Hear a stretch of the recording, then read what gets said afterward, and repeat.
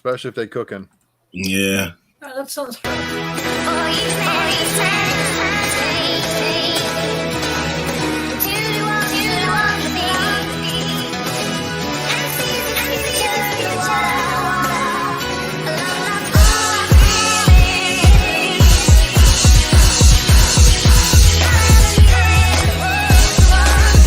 Sometimes men find matters into their own hands. You want answers? I think I'm entitled. You want the truth? You can't handle the truth. As you guys know, it is Drunkenchatson.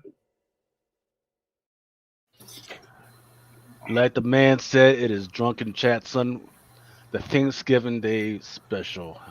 Once again, I am thankful for all the brothers and sisters that we are hanging out with tonight. Man, look, if you're blessed or not blessed, man, you freaking, it's just blessed enough to be breathing, freaking, especially after all the damn turkey and ham and all that other crap that I fucking ate. I'm not feeling too good, guys. Oh, You got the itis? oh still got the man, itis? I gotta find some new stretchy pants in the morning, man. My shit's all jacked up. But in the meantime, to calm my stomach, I'm busting out the eggnog, and I don't want to hear y'all say shit, because it is a time in the season. Don't be getting on me about my eggnog. I'm down to 2 bottles now. I was gonna say, is that a new bottle, or is that something that you've still been working on since this is what I've been working on since the Awesome Sauce Radio joint.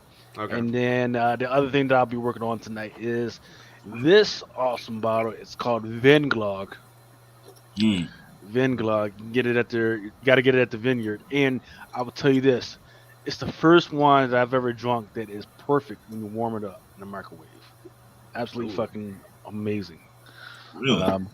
But yes, but yeah, enough about my addiction. Let's go ahead, fellas. Introduce yourselves. Yeezy Yee, Aaron. You can catch me on Tales from the Flip Side and whatnot. I'm starting to get into card breaks, and I'll do my comic show on Sundays for whatnot. Go ahead, Blind Adam. Howdy, howdy, howdy. It's Blind Adam Wonders, the innovator of perversion, the most perverted man, and the Comic Crusaders YouTube channel and the Flip Side channel. How y'all doing? Catch me Wednesday nights, and I think Thursday afternoons is when I'm going to start doing a live sales show on YouTube. Let me say something, man. The dude, he calls himself perverted, man. So, but he actually gave me a break this last Wednesday. He's like, you know what? I'm not going to bring on any hoes, right? I'm not going to bring on any scandalous women. So he actually brought on Rob Fordham, and I want to thank Rob Fordham for coming on. But then Rob brings on these crazy ass covers with the tits all out and everything, man. I was like, oh goddamn. I gotta say 100 Hail Marys and shit, man, because of Rob Fordham. They was some beautiful international covers, but goddamn. Look. The rule with boobs is this: is once you've seen one set, well, I guess you got to see the rest of them. Yeah. You're damn right. Hey man, I thought we was going to be easy and peasy. Yeah, just tits and ass all out. God damn. This is the international joint from the Ukraine. Her name is Heather. Like, bro. Like, God damn, Rob, you're killing me here. My favorite was the panel. Like, hey, this is a random picture of Bruce Lee in the Playboy. Yeah. And then here's some girl's tits right next to it. Yeah, that motherfucker, man. So he be like, oh yeah, I got the first appearance of fucking Bruce Lee, and then in the meantime, like it's all tits and ass. Like it was like a random picture of fucking Bruce Lee, like inside the joint, and then in order to get the picture, like it's like 2 pages panels just nothing of like tits and ass and shit. And then the motherfucker, he's like flipping through the shit, and then he just left it on the page where there's like a big ass fucking photo of this old girl back in the 18, man. Of this little 19-year-old with it just all hanging out. Like, come on, Rob, man. But she's not 19 anymore. So. She's like 70. She's 70 for sure. And we have confirmed that Hawkeye on the TV series is 22. Yes. Oh yeah. Yep. Yes. Yep. Yeah, they made it abundantly clear. They wanted to make sure that there was enough room in there to not make anybody feel like a sick pedo. You know what I mean? I was getting there, man. When I was watching, I was like, you better be older, man. Well, I caught that on the second viewing. I mean, we knew that she was older because she was in college when they flash forward from her being a kid. Well, you know what, man? Freaking people forget that the average age of college students is between 17 and 18. People don't realize that, which is bad because some of the average age of sophomores is like 22 to 23. So college freshmen could be like 17, and then you got failing 5 times. Yeah, it's crazy out there, man. You just got to be careful when you send your kids. Off after the first year too. Well, that's why I'm careful at college, because I work at a college, and I just talk to the grad students. Ah, okay. See, I can't be Aaron, man. Freaking, you had me showing up to all the damn frat parties and everything, man. Well, it's funny because I have badge access to all those different colleges too, or housing. Your family show up, man. Fucking, and you look like a college kid too, man. Shit. Yep, I get asked all the time. Well, what classes are you taking this semester? None. I knew that's when you go. I happen to be teaching one back at my room. You want to sign up? You want to check out my private office? Just a sign up sheet. That's thing, you got freaking. Hey, I'm Chris Hansen. What were you saying to that young lady? Right over there. Just start like standing in front of in the class and like see if people like actually believe you're a teacher or professor. And I noticed also that like her mom kept trying to push the issue, like, go put that nice dress on. I'm like, they trying to show her, like sex her up, over sexualize her, and then all of a sudden she comes out in the tuxedo. I'm like, okay. They know what's up. I was already like, man, I don't know how, man. I was like, I don't know. Yeah, they can't have a repeat of what they did to Squirrel Girl. You know what I mean? Yeah, man. It was just kind of like, that was just kind of making me uncomfortable. And all of a sudden, I was like, all right, I can deal with this. If anyone can help me hook me up with an official Squirrel Girl costume, I'd appreciate that because it's the toughest costume to find for a shoot I'm doing. You got to ask that Miliana Von Trieb or Lily from the AT&T commercials what she did with her costume, bro. Yeah, right. I would pay serious money for it. It was a one-off. That was the one that she was casted for, and I guess that's the one that never happened. Yeah, that's the one that never. Well, it happened. It just is never going to see the light of day. Yeah. Yep. Coming to an auction house near you. It's in my wall. It's gonna be on one of the VHSs like the original Fantastic Four movie from the 90s was. Oh yeah, I finally finished that. Dude, I told you it's the best Fantastic Four movie out of all of them. It really I'm not is. lying. It is. Like if you could just like imagine yourself in a cheesy 1980s flick, that is everything you ever wanted it to be. Yep, definitely. Man, there's been a lot of movies that got that 80s vibe. But let's finish introducing ourselves. Big Remo, once again, blessing us with your presence. What's going on, babe? I appreciate you guys having me. At Big Remo on Instagram and Saturday nights, 8:30 Eastern on the Comic Claw Crew channel will be back in effect. You know what I'm saying? After our hiatus. Sorry for my daughter. She's upstairs playing with her friends online. So she's going in because she's getting shot. So, but yeah, that's what it is. Let's go, right? I keep calling up. Man, you better put her on Twitch, man. Fucking let her make some money that way, man. But so here's the question. Here's the big question I got for you, Big Reno. Yep. Do raisins go in macaroni and cheese? Not at all, man. What the? It was funny because we were making some yesterday and my wife saw, maybe you should add some raisins. And I looked at her and she just started laughing. What the hell? She was like, what are you doing? I was like, yeah, I know you're playing. I can see Big Remo on the fucking Channel 10 News. I told the bitch, raisins. Why the fuck she got raisins? Where the fuck? Man, I had that Ike Turner look. You know what I mean? You know how they have the Ike Turner on the meme? I mean, I know what that look is. It's the same look that I give people when they say they want their steak done well. Yeah, right? Like, what? Who puts raisins in macaroni and cheese? A lot of people, and there are people out there. They're willing to die on that hill. Yeah, What? man. Okay. Yeah. See, I'm over here, adjusting to life with a Southern woman. She's like, that's not stuffing, honey. That's dressing. There's a difference.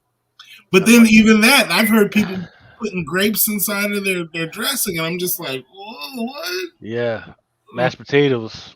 All right, so I got to ask: did anybody have any of that cranberry sauce from a can? No. We forgot it. Easy, my man. I forgot it, man. But yeah, I mean that's like a tradition. Like my family always does every year, like just straight out of the can. Like, Yeah, man. Cranberry sauce out the can, man. yeah. I don't like the preserve type. Okay. So the difference between stuffing and dressing, right? Dressing is the same recipe, but it's off to the side. Mm-hmm. Stuffing is when you put it and you cook it inside the turkey. Yeah. Sometimes, I mean, yeah, you take some of the stuffing out of it. So, But that's different from stovetop. My stepfather makes a stovetop recipe with sausage in it, and it's pretty good. My wife, however, makes Southern traditional dressing, and she we didn't do a turkey this year. All right, I know everybody's like, "Oh, you call me, whatever." Yeah, it's fine. I was right there, dude. We went to the grocery store today. All them fucking turkeys is on clearance, and they're cheap as fuck.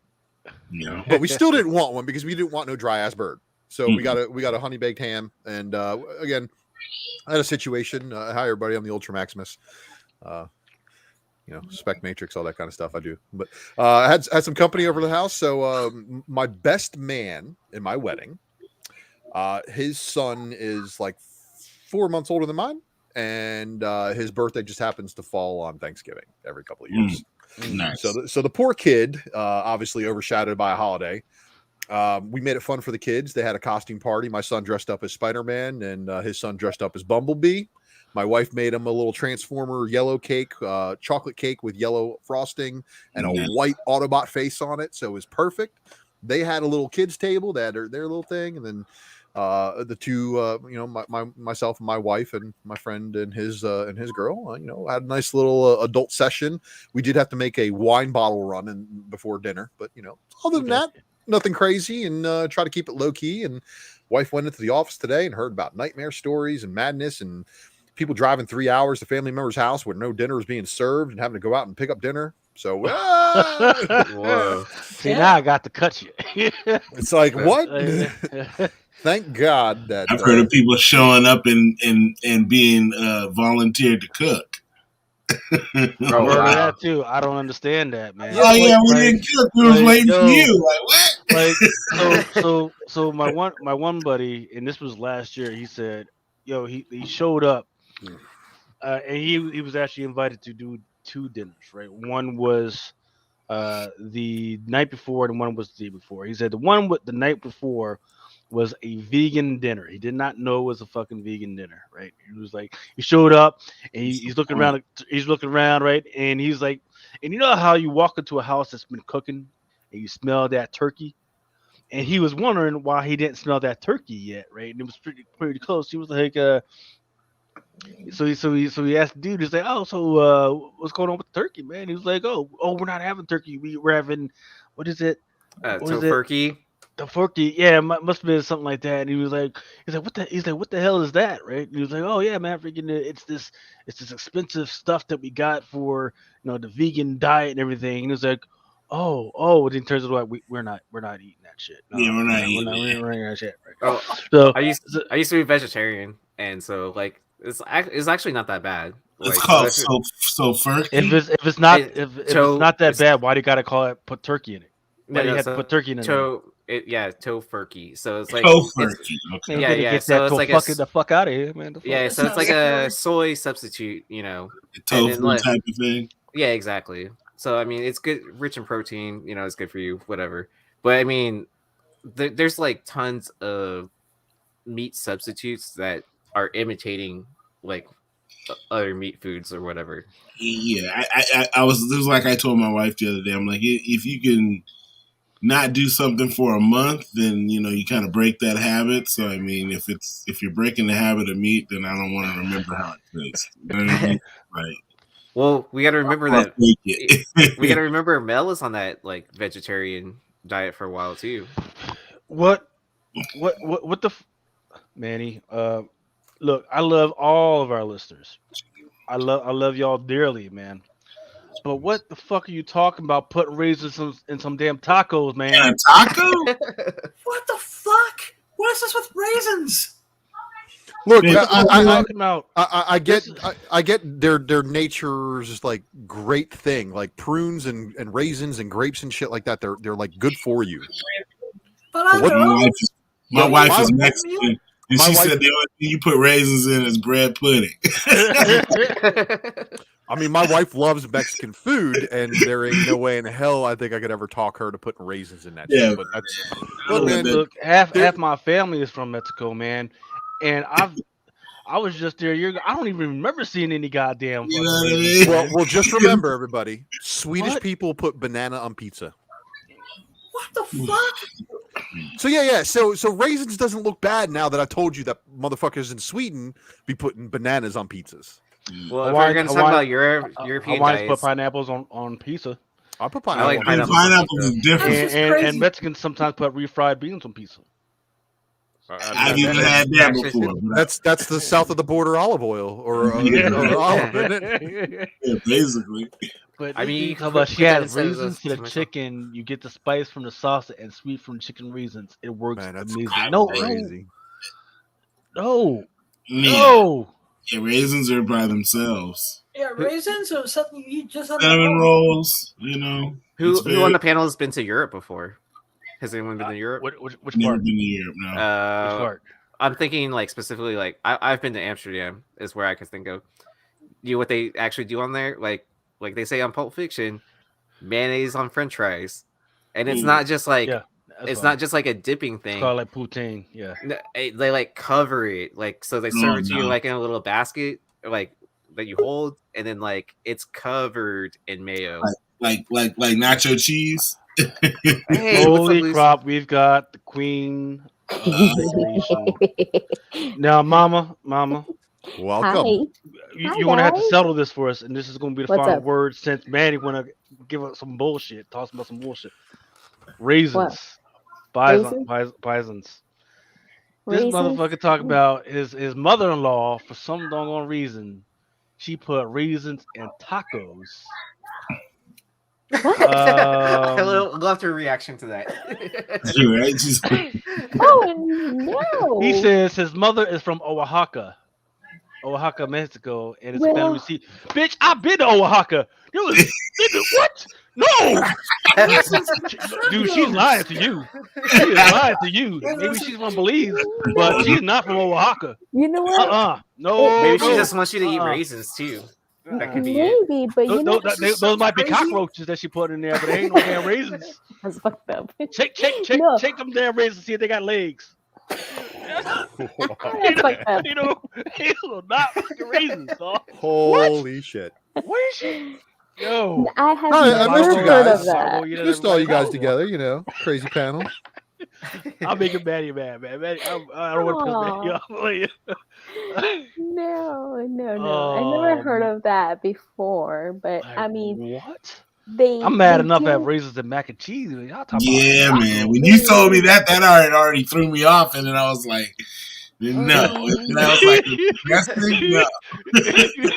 nothing, no.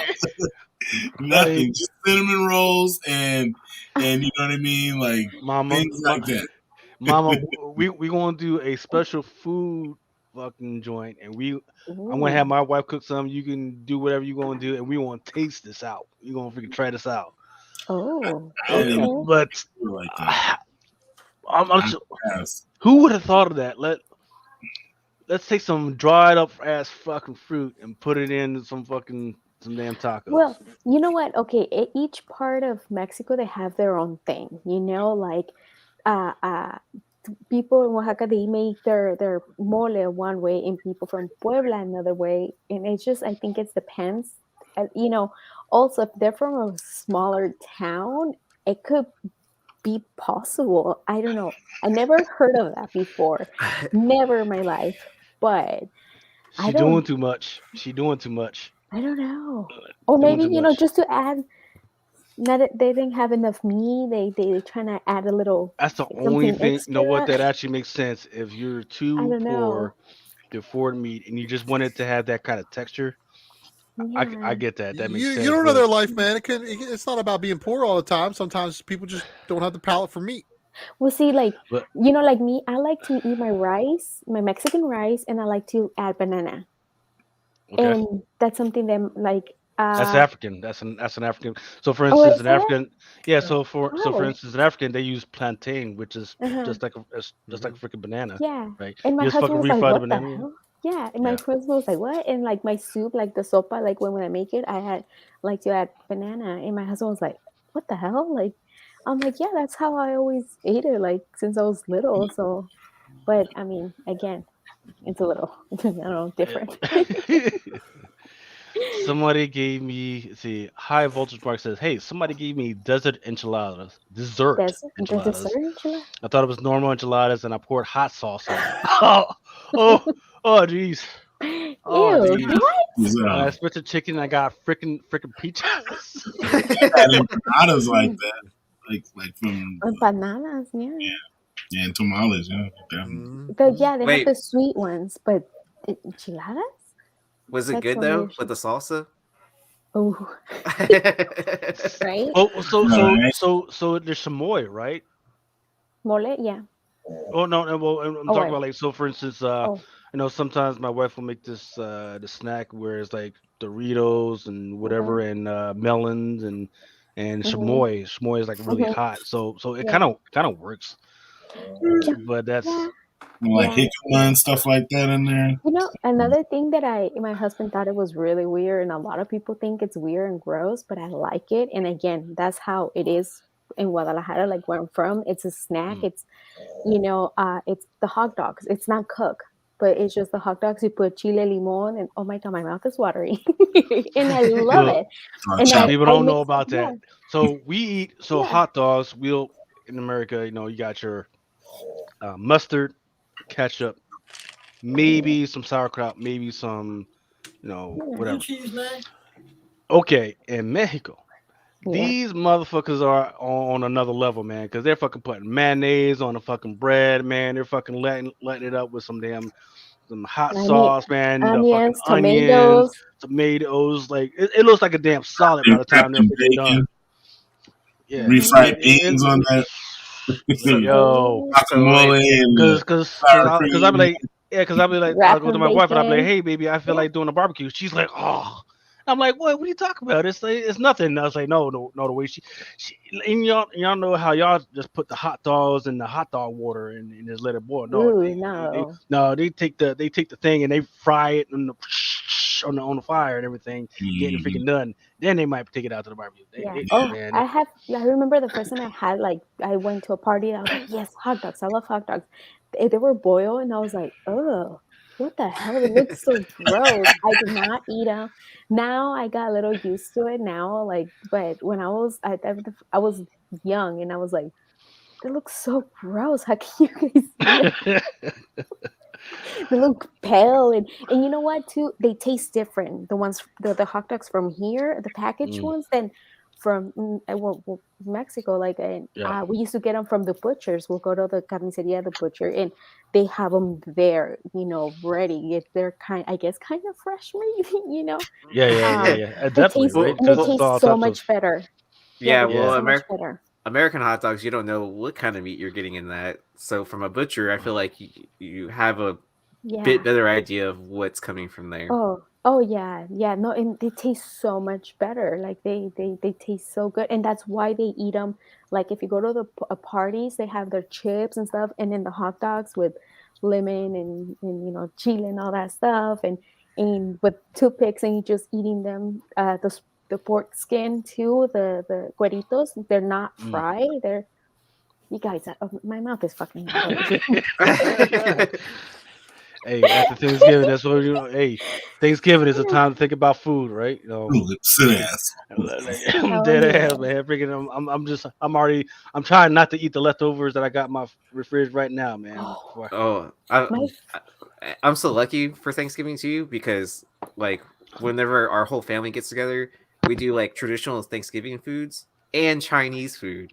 Oh, Nice. that's awesome. Yeah. Yeah, So well, I had bow tie pasta and Rao's meat sauce for dinner after I had Thanksgiving dinner. Oh my god. So See, I had to switch it up, just like not eat the leftovers all right away. see, like with me, it's like with my family, my side of my family, it's the regular Thanksgiving and well Mexican food. And with my husband, I get the regular Thanksgiving and the Filipino food. So Nice. oh, Okay. I just love the holidays. you're in food heaven. Yes. So Lindsay Schultz says, "Hey, it all sounds weird, but sometimes you got to be brave and try something." At one point in history, there was one brave person that was the first to try eggs. That's Just don't, true. I totally agree don't with go that. cannibalistic. All right, Yeah. no cannibalism. I- Don't be out there eating brains. Don't be doing any of that. Okay. Hey, cabeza. I Tacos de mean, cabeza. You ever Tacos try de that? for me, cabeza. I won't do it. I mean, traditionally, I don't. In my family, like over the generations, we never put raisins. So I mean, hey, if you do it like that, Right.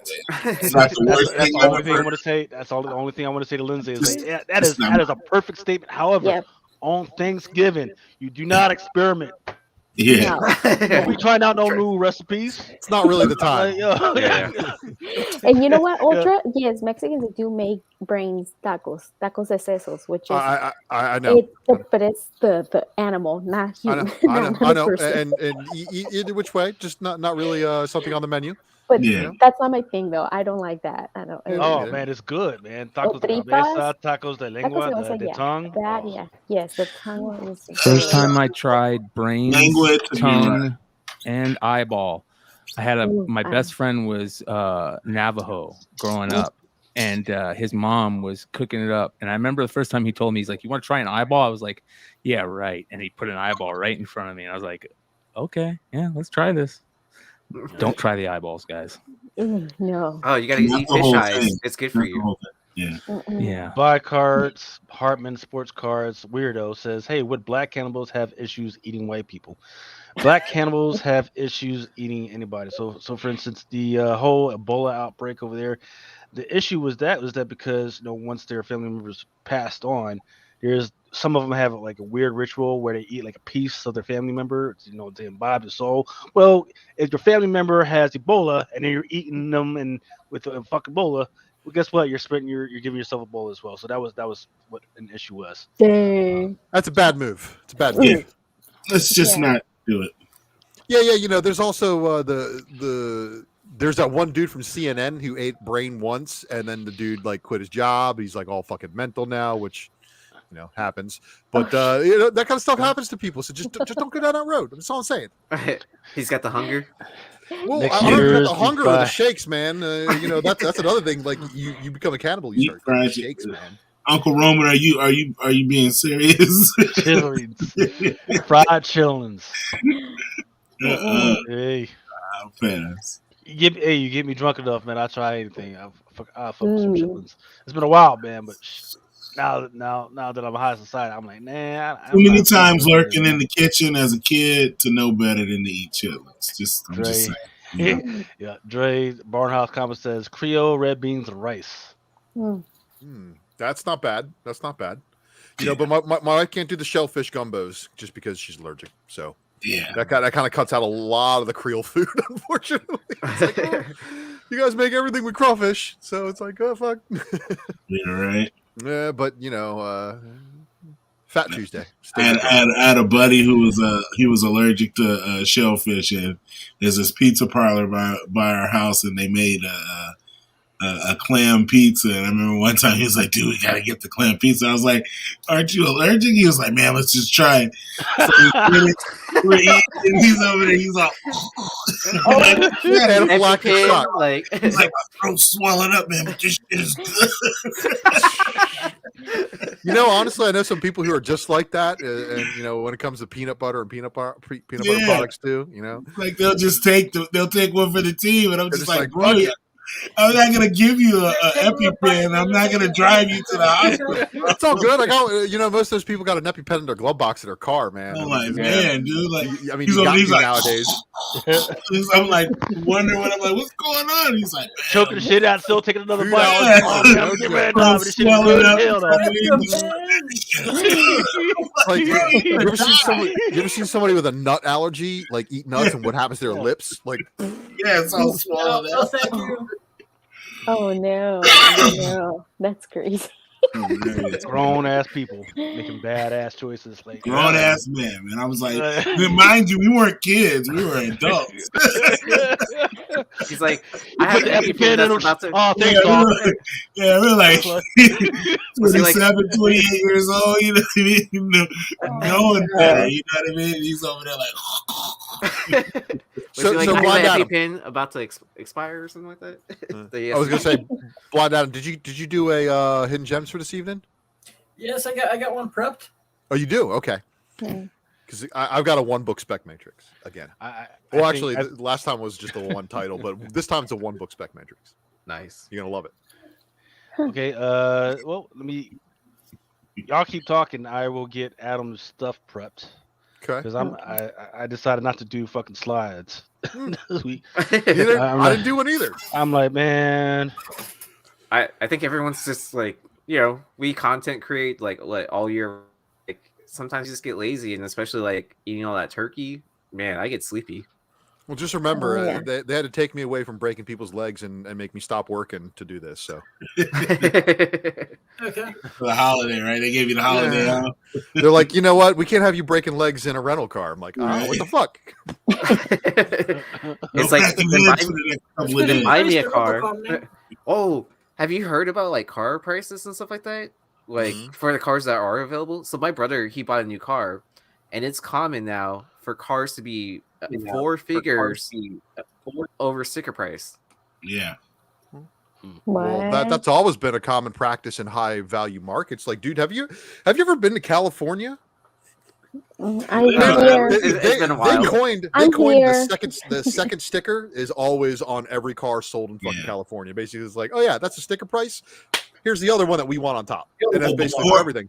Well, see, Before it was because you had to pay for all of the taxes, yeah. all the different taxes, and then all the taxes for the So, I mean, not just I the have- sales taxes, but like all the taxes for the gas and all that. Yeah. well, all that shit's included, man. Like if you look at the main sticker, it has your gas guzzler tax, Yeah. your luxury taxes, all those taxes already on there, destination charge. But what you see is a second sticker, and sometimes you'll see market adjustment, and that's commonplace on like sports models, super models, rare models, like limited editions and shit like that. Mhm. But working at dealerships before, I can tell you they put like undercoatings and fucking paintless protection film and all the other stuff, and they'll just do that stuff to the car, and then they'll just put it on the sticker and be like, no, that's the price now, and they will get their money out of it. So in the last 5 years, Yeah, I'm so used to not even paying sticker price, like just under.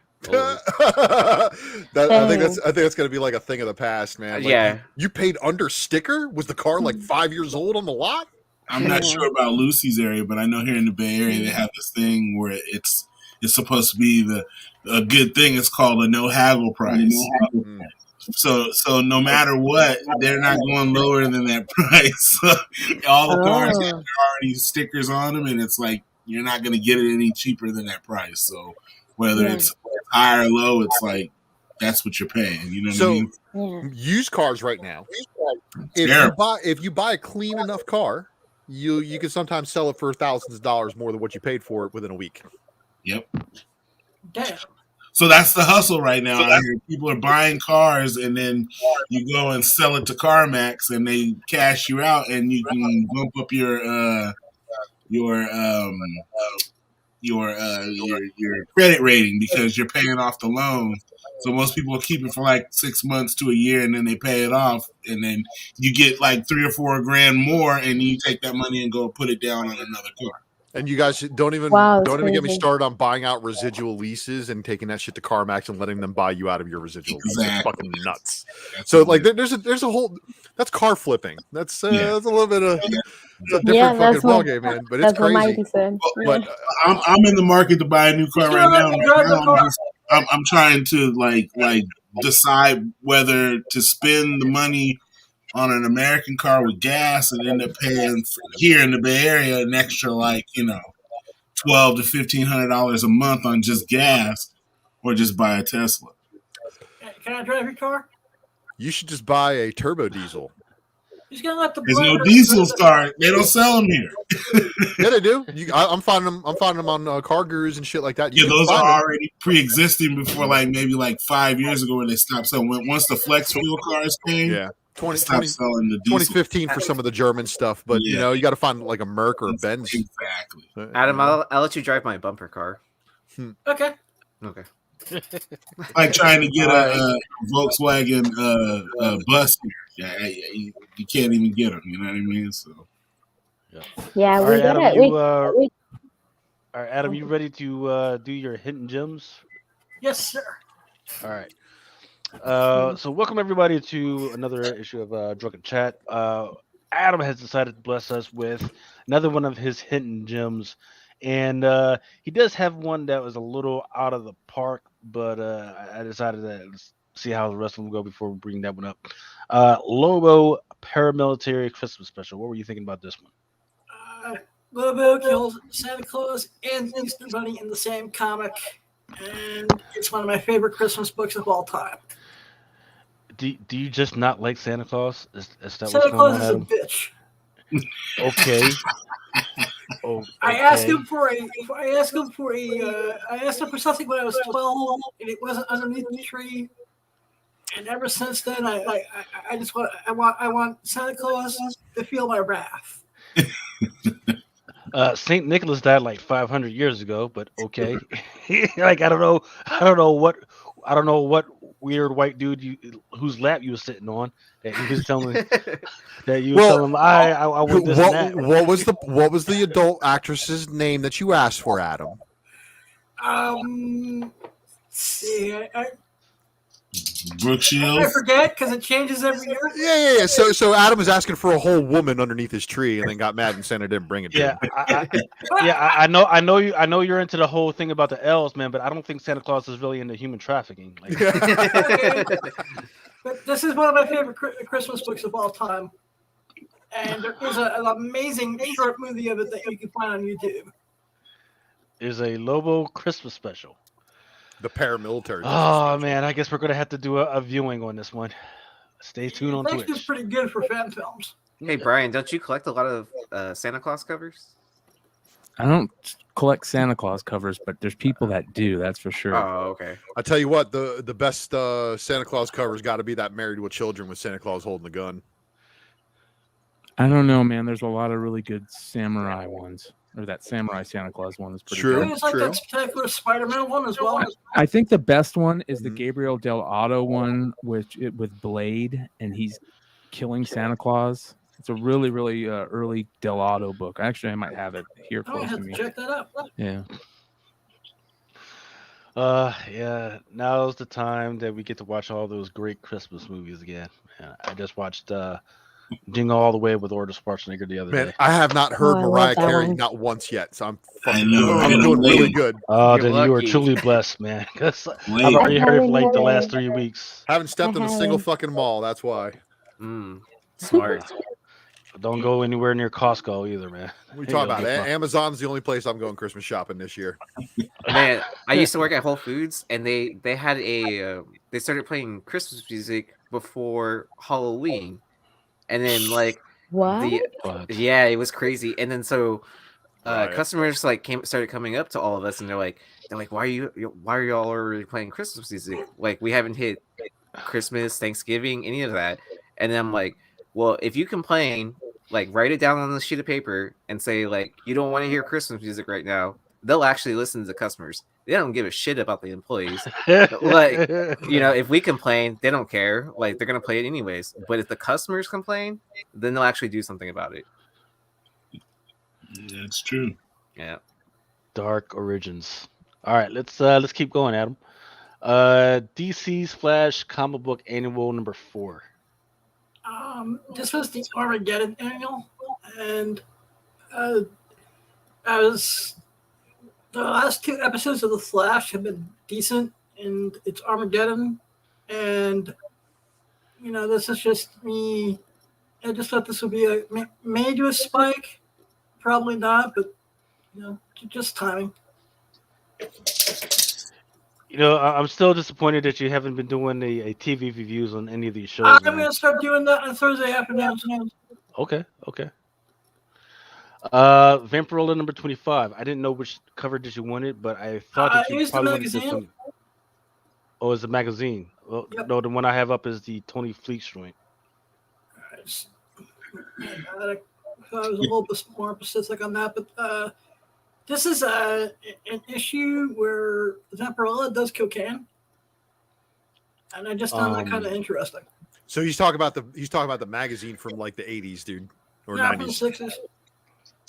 Oh, from the 60s? I thought Vampirella wasn't around in the 60s. Was she? Yep. Huh. Thought she was newer. My bad. But that explain a lot. Let's see. It's how you get that pale skin, right? Yeah, right. Giant size Iron Man number 1. I just thought you got the pale skin from cardiac arrest, but I thought it was just from like never seeing the sun and just being up all night. No, because I'm still kind of peach, Interesting. Yeah, but you're in Florida, man. It doesn't count. This reprints Tales of Suspense 57, which is the first Hawkeye, and it also reprints a couple really cool Tales of Suspense stories in there as well. Yeah, like Angel beating the crap out of Iron Man? Yep. Wow. It also reprints the Cap Iron Man fight from Tales of Suspense 58. And it's just with Hawkeye right now. I just thought it was a cool book to have. Okay. Let's see. Marvel's Greatest Comics, number 23. This is another Tales of Suspense 57 reprint. This is the second time it was reprinted. And Hawkeye is just awesome. And, I just if people can't afford the actual Tales of Suspense 57, this is like another bet. Okay. And then I've also got Marvel's Collector's Item Classics, number 17. This was the first time Tales of Suspense 57 was ever reprinted. Hawkeye, blah, blah, blah. But there's also a Doctor Doom story in there, and is that the reprinting of FF5? Yeah. Oh. Very good. And I think that may be the first reprint of FF5, too. And then the last one that I got from you is Playboy. This is the Playboy Spring Special from 2019, and this is comic book accurate because it's got a Vampirella comic in it written by Gal Simone. And it's really, and it wasn't printed anywhere. Vampirella saves cosplayers. Huh. It's written by Gal Simone. It celebrates the 50th anniversary of Vampirella. And it's also like one of the last fucking printed issues of Playboy too. Yep. When did they went out of print? When? In 2019 also, right? In 2019, beginning of 2020. Damn. But And they're is still Hugh Hefner alive. still alive? No. Is Hugh Hefner still alive? He's dead. Nope, he passed in 2017. Oh man. Who passed? Hugh Hefner. Oh yeah. You know. I think he's frozen somewhere. Next to He's Walt in the same frozen chamber as Walt Disney. Yeah, he's next to Walt Disney right now. Oh boy! Waiting to be unfrozen when there's no longer like paternity test and sexual assault lawsuits and all that shit. So Yeah, Williams head is in there too. Michael Jackson, his body's probably in there somewhere. No. The theory is that Michael Jackson got up out of the back of his own coroner's van and walked out. Or did he moonwalk out? It was not moonwalking. Not in the video footage. Moonwalk, I've seen of nobody this. would think he Like, what the- Was he dancing like this? Like, Thriller. He's doing a thriller. Yeah. Yeah. Y'all stupid. Like, wait a minute, y'all don't believe in any conspiracy theories? Like, what? You just think the government's out here batting 1,000? They got them all, man. Gee. But I thought if enough people believe in them, they come true, right? I don't know, but I can tell you that dude who everybody was calling a conspiracy theorist last year is pointing at the news like, Yeah, right. on a regular right now. Alex Jones. Oh yeah. It's like I just don't have the time to devote to reading. No, all you that don't. shit and believing. It's like, It's a full-time fucking job to devote yourself to actual theories of things going on, and they're only called conspiracy theories because not enough people research the shit that's actually happening. But so I got something for you.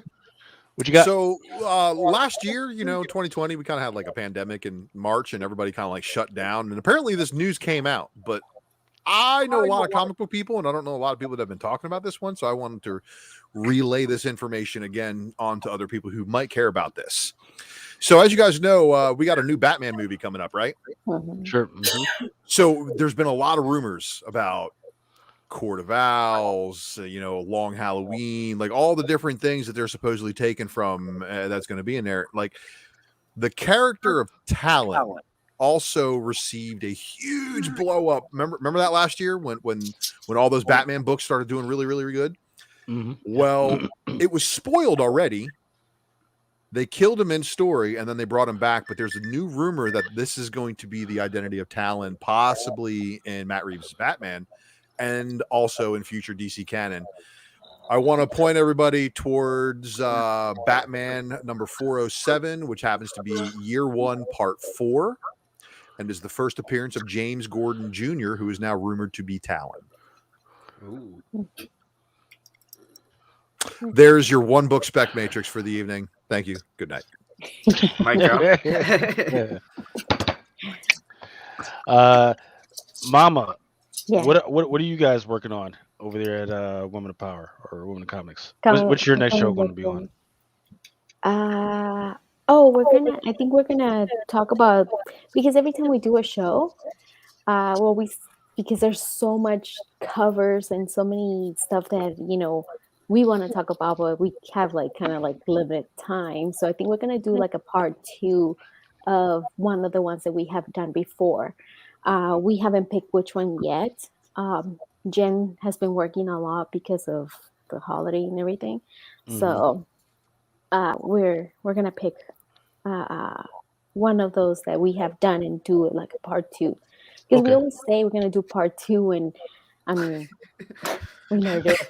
When So are you finally. still planning on doing a end of year 2021 best covers of? Because that's what I am working on as That well. will be cool. Everybody's working on one of those, Yes, damn it. We haven't talked about that. We we kind of talk about for Tuesday we start talking about it on the weekend, and Jen and Britt work on and Laura they work on the slides and stuff like that. So the way we prepare, it's kind of cut a few days because we try to wait to see what's kind of hot, like whatever what people, I don't know, Yeah. what they want to hear in what people like. So we kind of try to wait. See, usually y'all are Friday, nice. I don't give a fuck what Well- people want to hear. I'm gonna just do what I do. yeah. Well, I filled in for Laura one time, and I was like, kind of Oh like, yes, hey, he hey, knows. Did you put on blonde hair and high heels? I thought about it, and I thought about the red dress too. So, Hey, but gotta give him some eye candy, right? right. So it was funny because I was like, Okay, it was go like on. the day. It was like the day before the show. I was just like, kind of like, I was like, I haven't seen slides yet. Like, and then it was like the morning right? It's all those.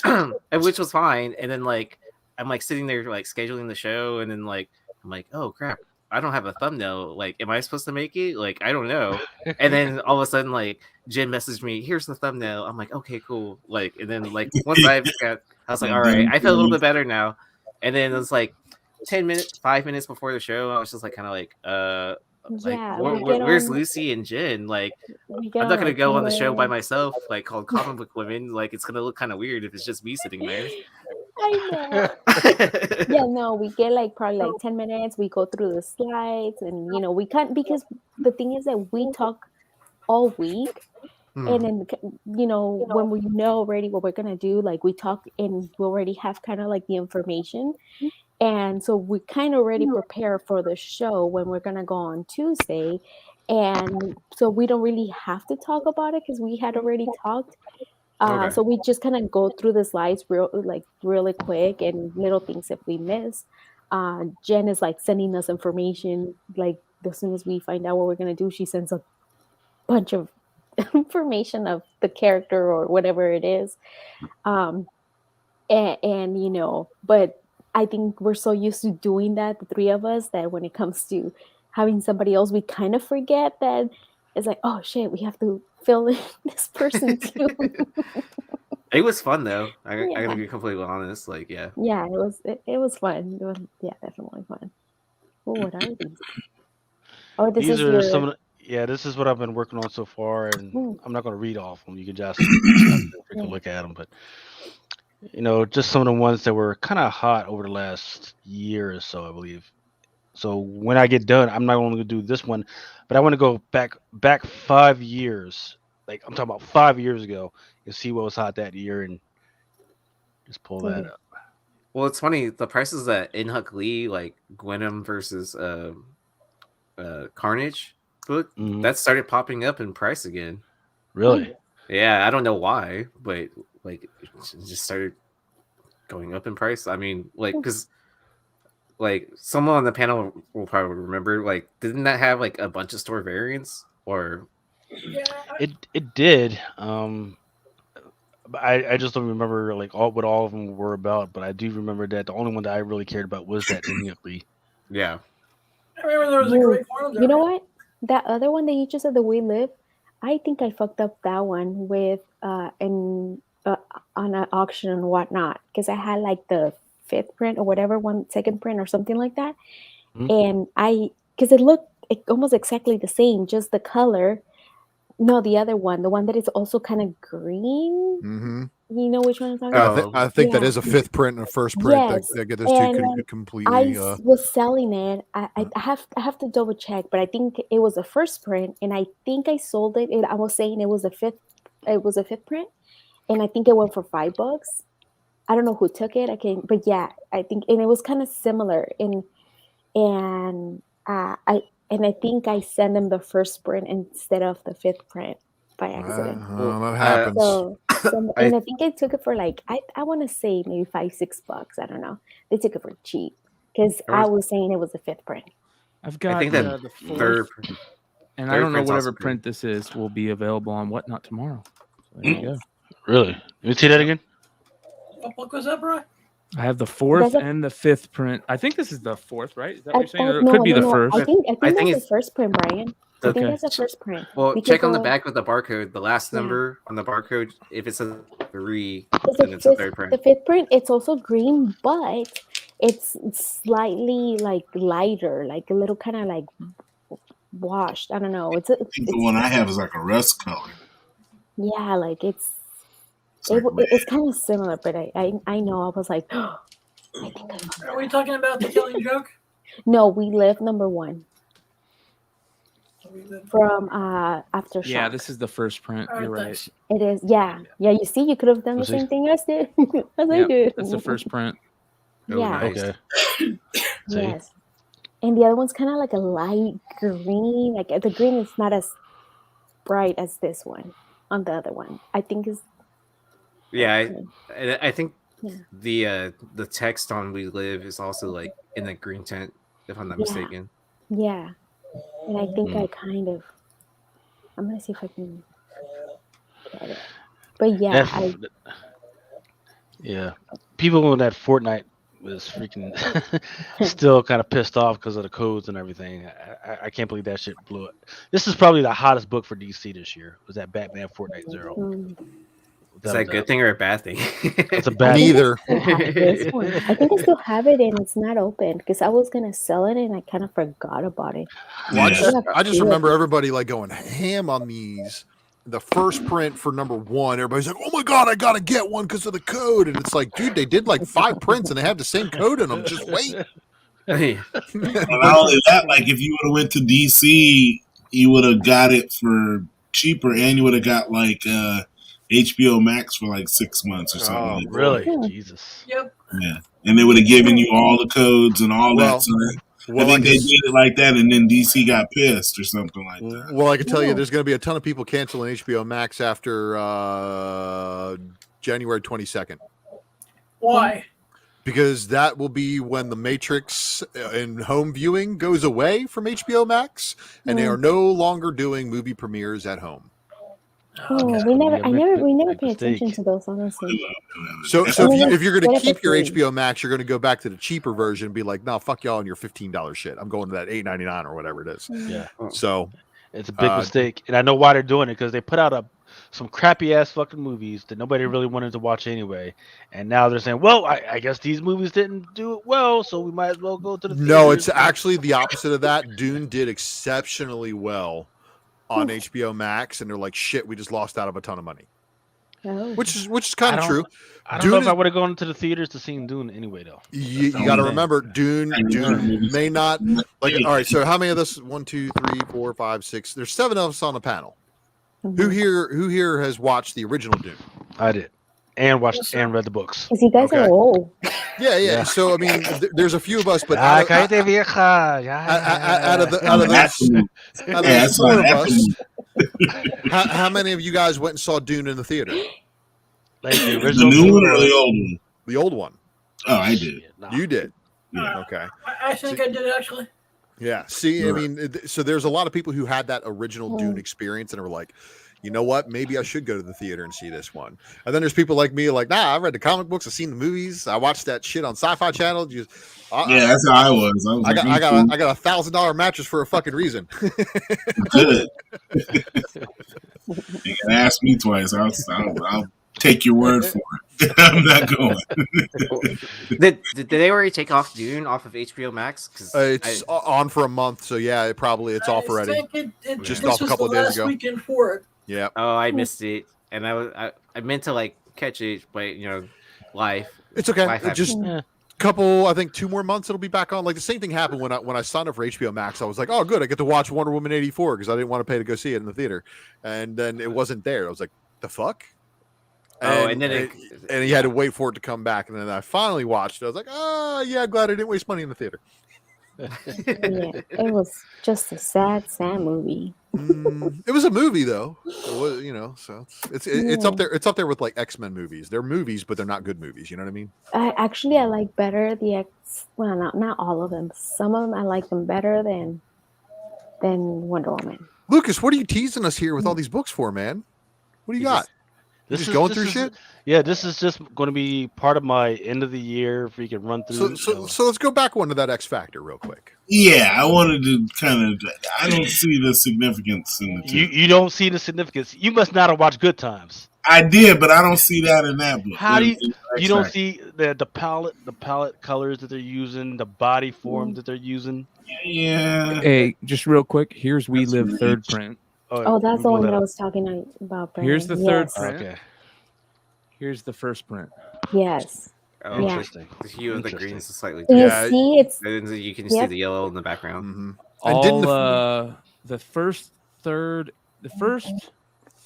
and fourth will all be available tomorrow. So yeah. Well, Nice. yeah.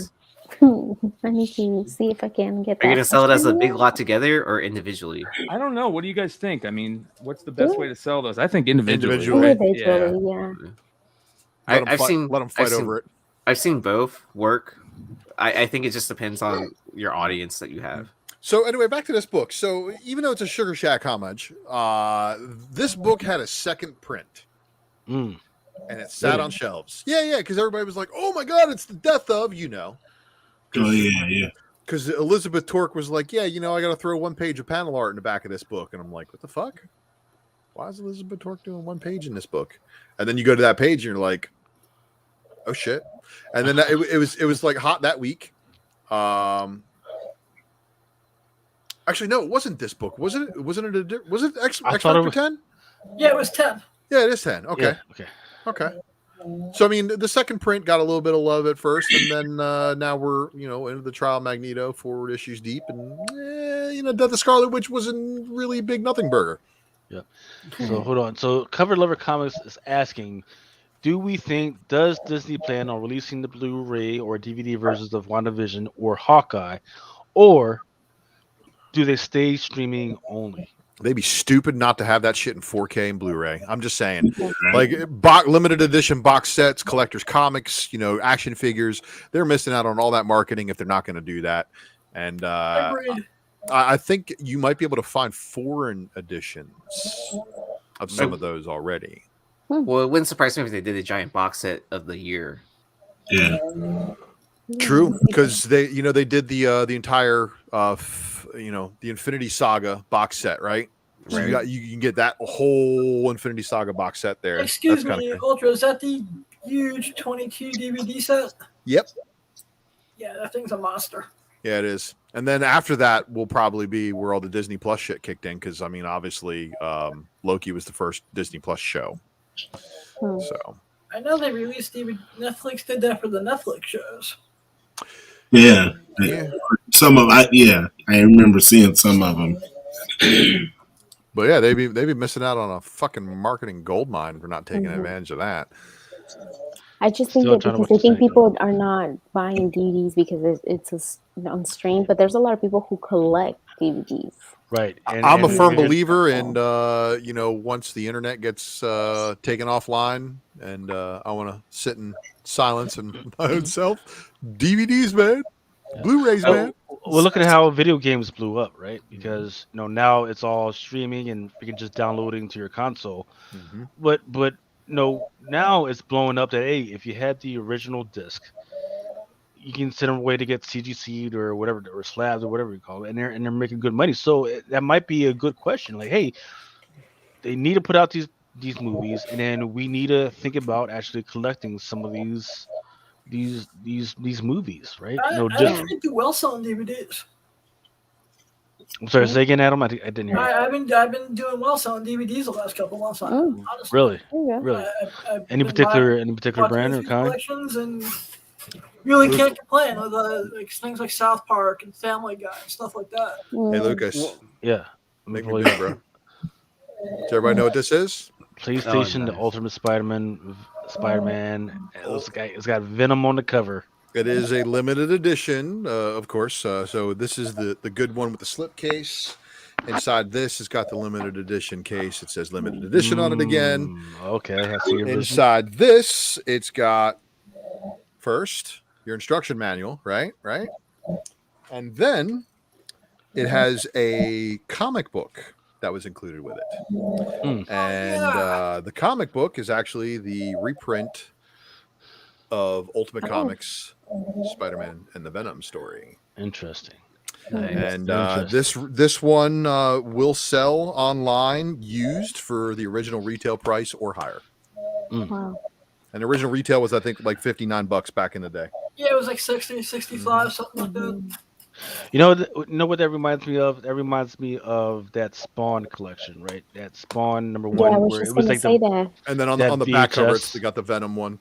Because you guys got to remember, in Ultimate Spider-Man, Eddie Brock and Peter Parker were like, the story's a little bit weirdly different. Like Eddie Brock and Peter were engineered to run the Venom, and Eddie finds out that it was kept from him, and he's friends with Peter, and now they're pissed at each other and becomes Venom and stuff like that. So it's very interesting to read the Ultimate Venom versus the Venom that we all know and love, and then of course there's the other one that's the Tom Hardy Venom. Well, I guess I'm gonna have to find out where that is. I don't know if it's on Disney Plus, but I'm gonna have to find out and take a look at it. That and the new Spider-Man Miles Morales cartoon that's out there, that's for kids. I'm gonna have to take a look at that one.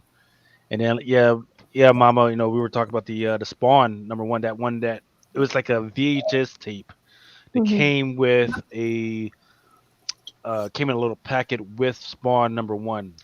It I've was got a a copy of smaller that one, right? Yeah. Mm. That one's pretty good. So yeah, freaking White number one. Look, for those that don't know, freaking this is a spinoff of Black, which has already been adopted or is going to be adopted.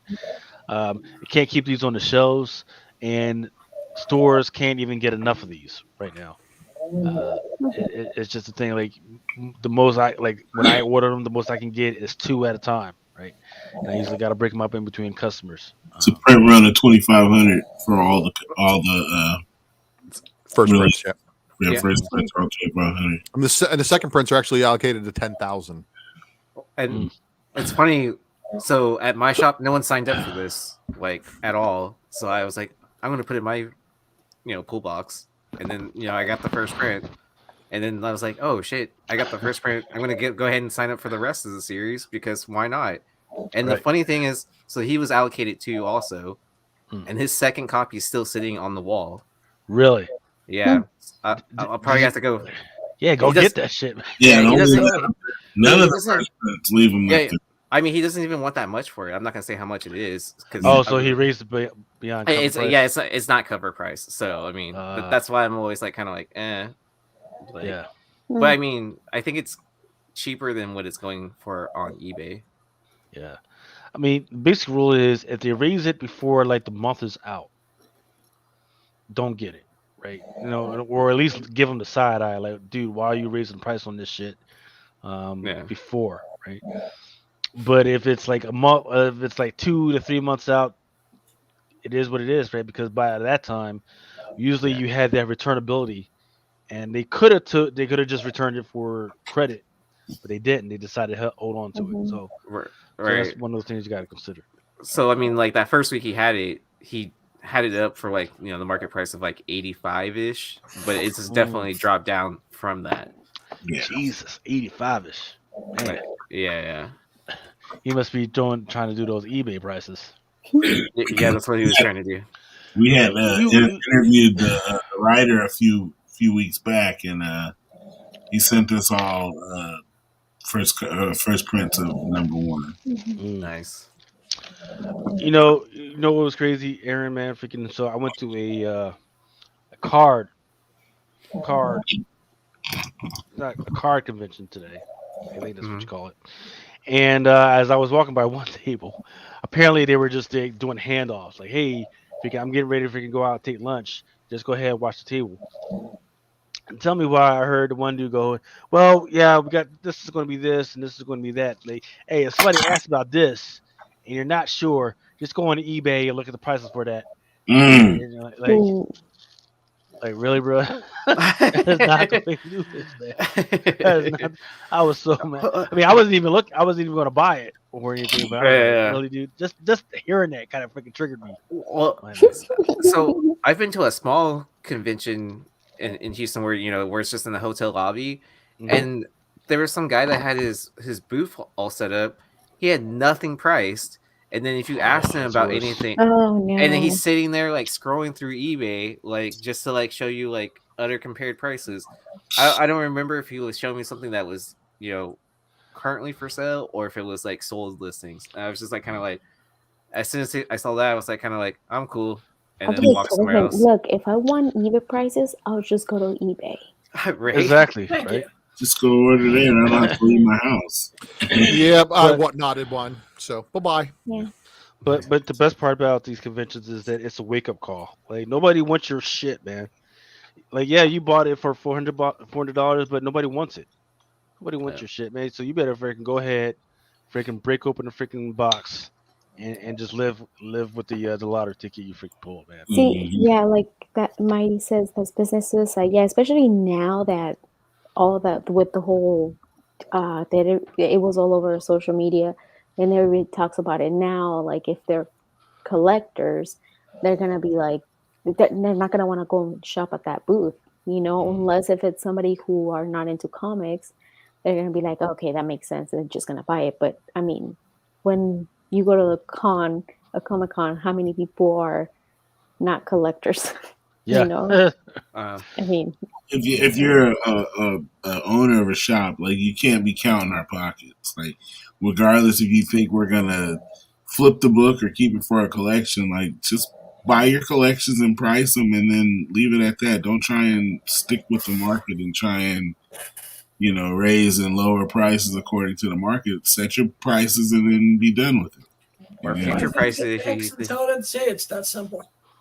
Yeah.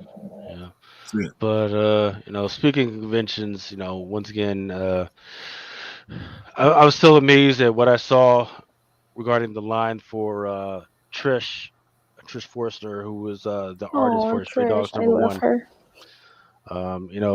All 3 days her shit was just packed, even on Sunday. Yeah. Sunday in the afternoon, shit was just freaking packed. And I've told the story before about what got me was it wasn't just regular freaking speculators, right? You could tell it was young people, a lot of young ladies there, who just weren't speculating. They were there just because they loved this freaking book. Mm-hmm. So that inspired me to go home, and I'm going to keep looking out for this book and getting it as cheap as I can, as many copies as I can. Yeah, Because I want this one. I don't have this one. The acetate joint, yeah. Mm-hmm. Yeah. That's Silk #4, Genie Prison. It was hot at one point. I don't know how it's doing now. Static season #1. Look,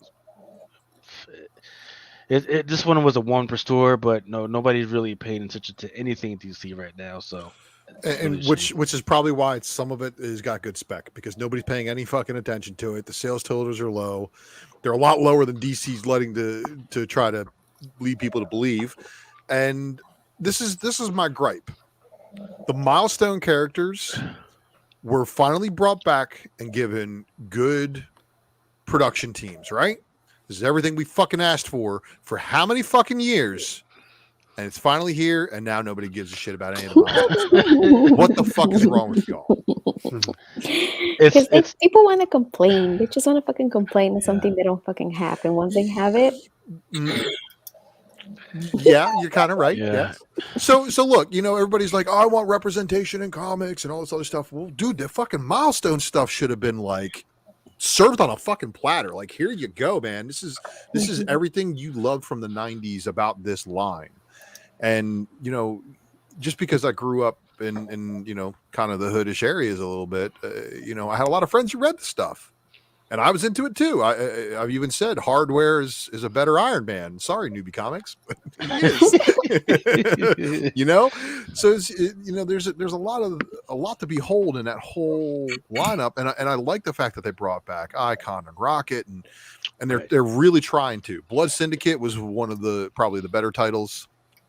But where is all this stuff now? Static's still doing good. I know that cool Akira variant did well. Yeah. Mm-hmm. So I mean, and the rollout wasn't bad. It was like, you know what I mean. They led up to it, and then they kind of no. Let me tell you something. Mel tried to do a Milestone art challenge with the blank covers and got nobody fucking turning in any art. Yep, that's true. I don't think a lot of people are like right now were into Milestone when it was out initially. You got to realize that's in the 90s, man. Like polybag pay dirt, bro. I know how it goes because you go. Well, that's what I mean, though. Like, I don't think a lot of cartoon was amazing. They're aware of it, but I don't think they really Dude, I had so many of my friends, like when this resurgence in Static came around, they're like, oh my God, I know where there's like a fucking treasure trove of these. And they were going through like, oh yeah, today I found 5 platinums. Like, yeah, because that means that they had like 1,000 fucking copies in some fucking back room. So yeah, great. And I mean, look, the good variants are still out there for some of these guys. If you're into the characters, these are some of the better written DC characters, but are they mainstream DC or are they just still considered? Yeah, I would consider them more like Sandman territory DC. Fuck, man. See, that's the problem. They need to be mainstream DC. Their own. This would have been a better 5G push than what they're actually pushing right now, in my opinion. What I want to see? Remember the Signal? Yeah. Yep. I want to see him pair off into this universe and see how that works out. I know they're not thinking that way, but hey, take some of those auxiliary characters, like him, like the Orphan. Man, I wish Signal did better, man. Because look, that was everybody was hyping up Duke Thomas, bro. Duke's gonna be it, man. Duke's gonna be it. Duke Thomas has actually made it into the show. To the Yeah, but CW man, what- come on. Yeah, the CW. Yeah, that's the What only thing. show? You make it on Arrow or Flash or Batwoman. You made it Probably Batwoman. Batwoman. Yeah. I can't Well, Poison Ivy on Batwoman's probably going to carry Batwoman a little bit further than some of the other Yeah, shows. that's awesome sauce. Yeah. Seen the actress in her costume. She's definitely pulling off the part. So yeah, Nicole King is we'll see, but I think that with the multiverse capabilities that Flash has, and of course Barry fucking up timelines and shit, why don't just Barry go fuck up the timeline and merge a whole bunch of them, Well, you talk about the timelines and shit, right? Well, in fact, I think Multiverse either came out this week or it's coming out next week. This week, the new character, Doctor Multiverse, whatever the hell her name is. Yeah, the delayed one. Yeah, the heavily delayed one. She's on that. coming out. She's on that 1 in 25 cover. Yeah. Everybody's like, yeah, she's gonna be a important person. I don't know about that, but no. Man, she was on FOC like 2.5 months ago. Ain't nobody fucking remember that shit. Yeah. May it ever be in your favor. Remember Knight's House on the Lake? The third print. This is like the Rosetta Stone to that series, dude. Like if you had this cover, you had a clear understanding of everybody's part in the first issue. Man, Well, isn't this also the 1 in 25 or 1 in 50 or something stupid like that? Yes, it was a 1 on 25. And Of you know the what's third really print, shame is I really liked the first issue, but I keep forgetting to fucking read it. It sucks, man. DC And gets then that was the one that kind of started the reprints with the ratios, right? Or was it the Black Widow? Man, look, there was a long time ago, way back when they were already doing ratios on reprints and stuff. Hulk really brought that shit back with issue 2. Immortal Yeah. Hulk 2, I thought was the thing that really brought it up. But that wasn't the first one, man. They've done 1 in 25s on a lot of shit before, but they're doing it excessively now. Fucking Daredevil reprints of Elektra and the Daredevil suit that we all thought was gonna, like, I honestly out the gate I was like, man, they're gonna do that shit for a story arc, and then they're gonna bag it. And then they you could tell they wrote it for a story arc. They had previewed artwork with her back in her Elektra costume. They're like, oh wait, all the fanboys love this shit. Milk it. What did you guys think of how this one went? The Web of Spider-Man #1, Mark Bagley. For those that don't remember that kid that was in that one Iron Man movie, then he showed up. Harley Keener. So this is Lucas. This is your spec from so fucking long ago. This book touched what, $200 in a 1 in 25? Because it's like non-existent. That's why. But I just sold one of these last week. Did you? Really? Mm-hmm. What'd you get How'd for you it? do? Let me take a look. That's a great question. So Harley Keener again. This is a long-term spec play. If that kid ever shows back up again in movies, and they give him a superhero persona of some type, and then they evolve off of that MCU experience, possibly in comics, this is his first appearance in comics. So it's what we do here is we keep track of first appearances and key issues and things like that. And again, this Bagley variant snuck up on a lot of people. You ready? How much you guys think I got for it? $100. You want to know why Whatnot is so great? I say it over and over again. The deals. 23 bucks. What? Really? Wow. 23 bucks. You could have got a 1 in 25 Mark Bagley variant from me. And I'm telling you guys, like, my Saturday sales are so full of variants, including variants like this 1 in 200 Alex Ross sketch variant. First appearance of the Voyager. Yep, first appearance of the Voyager. You're 100% correct. Nice. Sure. I'm telling you, like, there is no better place for deals right now in collectibles. Well, it's even better than your local flea market. The issue, Brian, is that Aaron tells me that he's got a Whatnot going. Mel says he's got a Whatnot going. You say more the merrier, bro. There needs to be some type of fucking warning signal that fucking knocks me over the fucking head and says, "Hey, this shit's fucking happening." I'm like, "Oh man, I gotta freaking bookmark." You just got to go on the day before and bookmark. Yeah, and I'm not under my name. That's the other thing that kind of screws me. I got to decide to either go under my name or go under the Flipside banner. But right now, I'm just under the Flipside banner. So if you guys search for Tales from the Flipside and Whatnot, that's me selling. Yeah, I kept it simple and just used my Instagram name. Yep. So they're exactly the same. Easy to find. High Voltage Mark says he thought that Keenan was going to be Reeve's villain because he got passed over to be Iron Man. Well, right now he is being mentored under Peter Parker alongside Homegirl and one of those smart girls from Wakanda, and yeah, it's like 3 of them, and Squirrel Girl. Squirrel Girl's there as well. So it's just like this weird little school project thing they got going. But on. I think High Voltage makes a good point for live action, though. It would make sense, right? At least start them out bad, right? Well, I don't know about starting him off bad. I mean, like, obviously he's a very, very smart individual. And, Iron Man leaving him some tech and some stuff, the mechanic, Yeah. Hopefully he wouldn't give any of that tech over to Mysterio like Peter Parker did, but just saying. Something that's killing the children. Number 16. There was a 1 per store variant. I forget what that did, but it did make it into the top 10. Red Room Peach Momoko. There was a 1 in 20 variant. And there's another Red Room number 1 coming up with a Momoko variant. I hope everybody's ready. Yeah, I heard of it. Basilisk number 1 per store. These are ones that people have forgotten about. Mm-hmm. I got the Hive Virgin from that. Remember the Department of Truth number 1, the 5th print secret variant? Mm-hmm. I sure do. Yeah. That was when I gave up and abandoned all hope on getting a complete set. It's like, fuck it, not getting that one. This one was kind of recent. Spawn number 321, the Bjorn Behrens 150 Virgin variant came out of nowhere. Yeah, it's good stuff. Dark Hawk number 1. That was the first appearance of the new Dark Hawk. I forget what the dude's name is. Yeah, but it's the old Dark Hawk on the cover. Yeah. I mean, that was the turnoff for me, at least. I know this book, everybody hyped it, Dark Hawk, because everybody, meme stocked Dark Hawk years ago. Dark Hawk number 1s should not have been a fucking $100 book. But it's a $300.98. This one was conflicted for me because there were several books with the same art. The only difference for this one was that they added some colors, like the yellow and pink colors. Yeah, it's Silver Surfer black on the cover, basically, versus the regular Silver Surfer on the open order variant. And they did the purple, but this is the first appearance of Galactamom. There's another first appearance in that too, isn't there?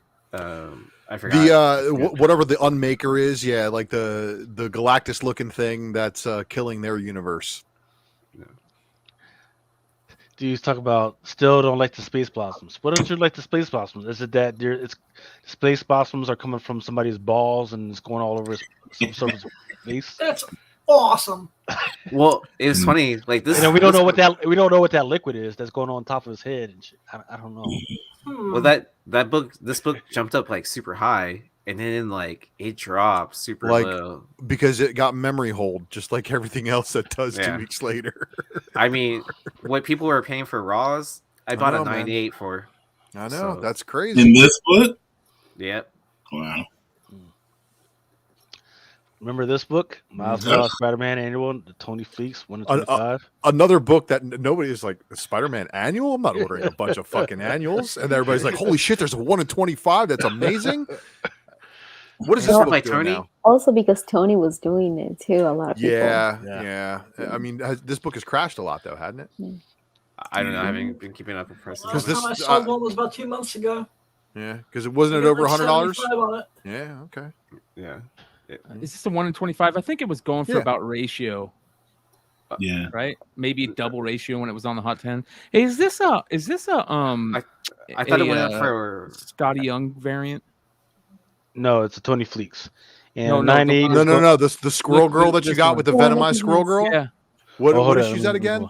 It is issue number 18, but it looks like a Scotty Young variant, but it doesn't say Scotty Young on it. No, I don't think it's because of the kids the way it looks. But I don't. I'm not sure who that is. And there's a variant. Well, because it's the Venomized variant. I don't think Might have to open that up and see who it is. Let's see. I think it's Samney. I think. Let me look that up. What's the title of it? It's a Squirrel Girl, right? Unbelievable Squirrel Girl, Volume 2, number 18, the Venomized variant. I got so many Scotty Young books that my eye is attuned to Scotty Young books right now. Been going crazy buying those Scotty Young books. Well, if I could spell squirrel, we'd be all right. But SQUIRREL, my man. There you go. I mean, once this fucking wine and eggnog fucking hits you,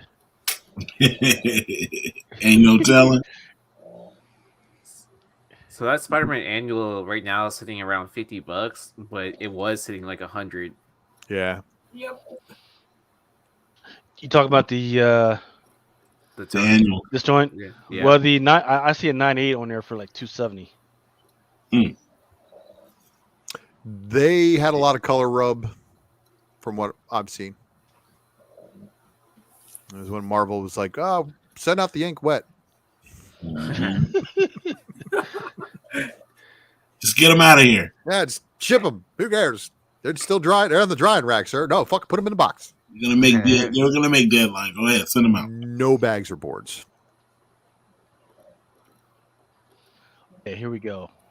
Yep, Unbeatable Squirrel Girl, number 18, Venomized variant. It was a qualifier, so meet or exceed 90% of the orders. But the cover art is by Chris Samney. Let me open this up. Cover art by Kate Leith. Both wrong. Huh. Congratulations, Kate Leith. You have a combined style that appears to be Scotty Young for McClay and Chris Samney for me. Not bad. How could we forget this piece of shit? It's not really a piece of shit because it's the first one of its kind. So here's where I'm mad, but not mad at McFarlane for this, right? Because for months prior to this, he was actually giving out like these free incentives. So if you bought like 5 books, you would get like a 1 in 5 out there. So that's why I'm not mad, but I am mad that it's like this 1 in 250. Because when you think about it, you got to spend $1,000 to $1,500 to fucking get this fucking book. So it's like, yeah, come on, man, you're fucking. And then he's still doing it. And then you know what? They were only selling for like 700, Oof. right? You know, That so I is mean, like rough. dealers so were rough. putting out that big investment for King Spawn #1, and then this thing wasn't selling for. I think it cracked a K, like for a little bit there, but it did have the certificate to get it graded, and I wonder what graded copies are selling for. Oh yeah, because it was like, and then you had like what, a month to sell it, or I mean to get it to CGC or whatever. Yeah, I just turned it into CGC. It wouldn't surprise me if they're still sitting there at CGC. I mean, Let's see, probably not as much now. In 2022, when I do the show again, let's see. Let's see. Let me go back to this book and see how it does, man. 'Cause, oh man, I feel sorry for anybody that. I mean, if you love Spawn, this is your book. I got it, man. But if you were looking to speculate on this fucking book, man, that's a fucking rough position to try.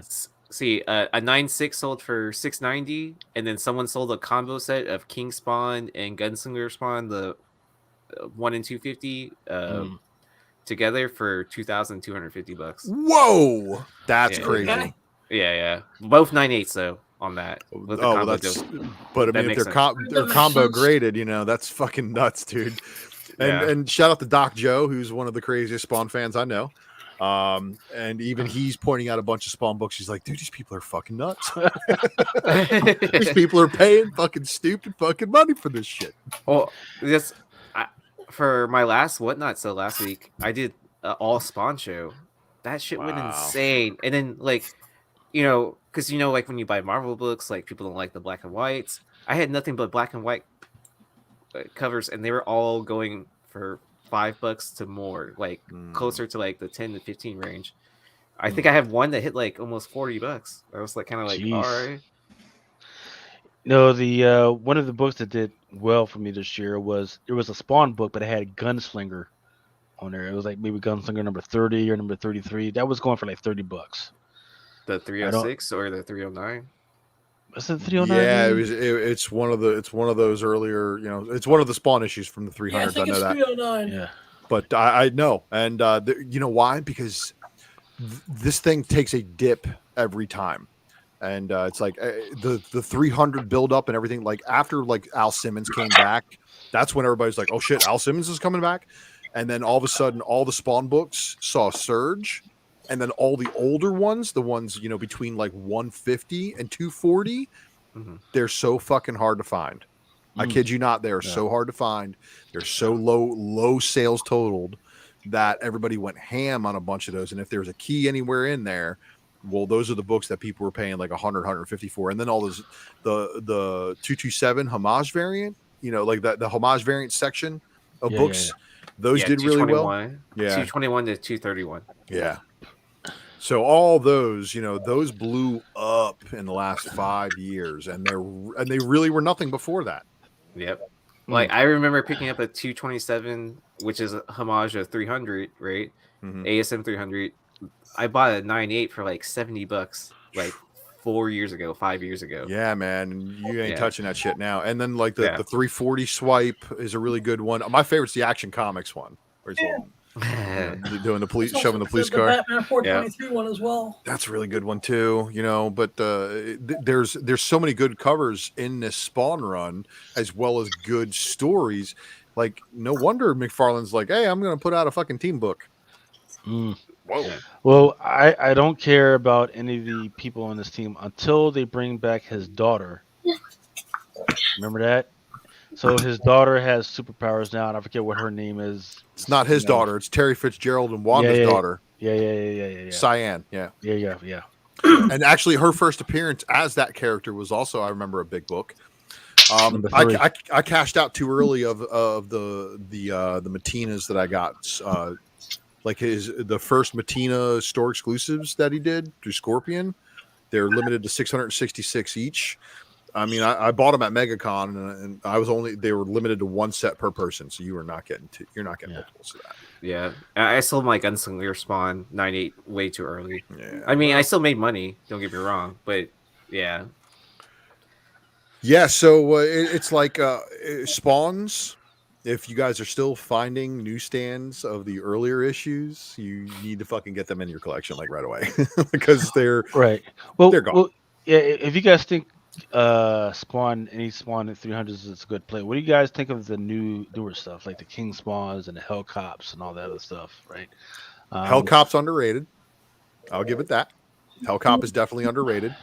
I don't know. Some of these other titles we're gonna have to really see. I know that the Jessica Priest character, the She Spawn, she's basically taken over everything, all the plans that he had for like. With How the has character. that not blown up, man? That is a character that is in between two publishers, in between Image and freaking Marvel, and they've been using her. And we know like the She Spawn is supposed to be like what Angela was gonna be or whatever. Yeah. So it's like you're right. How is Jessica Priest's character not blown up in that book? But that's what we're gonna see with Scorched, hopefully. And that Brett Booth beat cover for Scorched, got that red kryptonite on it. So Definitely, we'll see. Definitely. Let's see. Black Cat #9, Sway 1/25. And the 1/100 version. Yeah, forget the 1/100, please. Yeah, it's the same. Yeah, it's the same, just without the trade dress, Chariot #1. This one was adopted. This one is Knight Rider meets whatever freaking ghost thing you want to freaking talk about. I talked about this book. I like this book just because how stupid and fucking cheesy it was, and sure enough, it got fucking adopted. Yeah, I agree. I was reading it also as well, and like it was funny. Like I loved it, and then one of the main reasons why I bought it is because it's a call cover. Mm-hmm. And do you guys read any of the other AWA books? Yes. So the problem with AWA books is that you'll read them and you'll enjoy them, and then you'll put them off the side and you'll totally forget about them. Well, I've read every single AWA freaking joint that's out there. I just don't remember what the fuck they were about, except for this one. And I can only because. Can I ask, is Fight Girls on this list too? Fight Girls? Fight Girls. The Fight Girls did not make it on this list. But once again, this list is so this list is not complete. Well, issue 5 just came out last week, so I mean I can understand that. But is it good? Is it good, Ultra? All right, so Because I'll I give it know, to- like I- he's like talk. I was on Team Not Hurt when he was talking about it. I was in their interview. They were talking about the book, and it sounded pretty awesome. It sounds pretty good. So But I don't know. I will give it to Frank Cho and Sabine Rich. They put together an excellent 5-issue series. The first 4 issues is very fast paced, and it's kind of like Hunger Games ish. But then it gets So turned up a Squid little Games bit. and comics. Yeah, and then issue 5, unfortunately. So Frank Cho drew it with a solicit cover, so it wouldn't spoil you. And then, of course, on close to release day, everybody fucking put up the regular artwork, spoiling the fuck out of it. And then, surprisingly enough, there's enough twists in the story that the spoilerific cover doesn't give away the whole story. So I can recommend a 5-issue read. It stands alone on its own. You don't have to read a whole You bunch know of what? fucking research for it. Read This it. one, It's good stuff. my friend, he's a director, and I remember he asked me, he's like, "Do you know who Frank Cho is?" And I was like, "Of course, yeah, he's one of my favorite artists." Like, yeah. He's like, "Oh well, they send me some kind of script for a movie, and he was the writer." And this was 2 years ago, I think, or a Yes. year ago, Mm. when So he so told me this. so here's what's interesting, Lucy. 5 years ago is when I really started going to like Baltimore Comic Con, and I think that was like one of the first times like I met Mel or some shit like that. And I got the MVP package, and in the MVP package you get several comic books and the yearbook. This book Something that we said. was one of the comic books that was in that package. So get what you Okay. heard when it was 2021. No, this book has been that Fight Yeah. Girls has been around for a while. Yeah. Yeah, so yeah, I remember like him because I remember and I was like, "Oh, I haven't heard of this book." Because I'm pretty sure he was telling me what it was about, and I was like, "I haven't heard of it," but it was 2 years ago. But then not right now. I don't know, just click right now. And I'm like, wait, I think it's the book. All right, you guys, I gotta pick your brain another time. I know this is driving you guys crazy. No, go ahead, man. Go ahead, brother. Here is the Blade book I was telling you about. It's not Del Auto. He's got some shit. He's got It's some your shit. What Jezik. you got? That's fucking awesome. Yeah. Holy there's- shit. That's a cool one. Holy Jezik. shit. That's fucking awesome. Yeah. But here is The intensity. So hold up. No, you can't just fucking put that away. What the fuck? So you know what that reminds me of? That reminds me of, I don't have it right in front of me. That's sick. That reminds me of the Superman Batman #7 Del Auto. I don't know if you the remember that. Joker one. Yeah. Yeah. That's what that fucking reminds me. All right. So Holy shit. There's obviously I'm another getting books ready for tomorrow, and Yes, I'm getting that's some of another these great Del Auto. Avengers Assemble variants, and I found one variant. I can't find this anywhere. Photo variant. Is that photo? Yeah. It's Yeah, the that's you. wraparound movie variant, and I there's none on eBay. I don't even know. Is this like a super ghost? What's going on with this? I don't know. Is that a I don't know connecting what's up with one? that. Connecting cover? Number 9, the wraparound movie variant is what I think they call it, but I can't find any of them. Must be like a They're prequel. $4.79. They're on eBay. Are they on eBay? Hold There's a on. hardcover that looks like this, but not a comic. Hmm.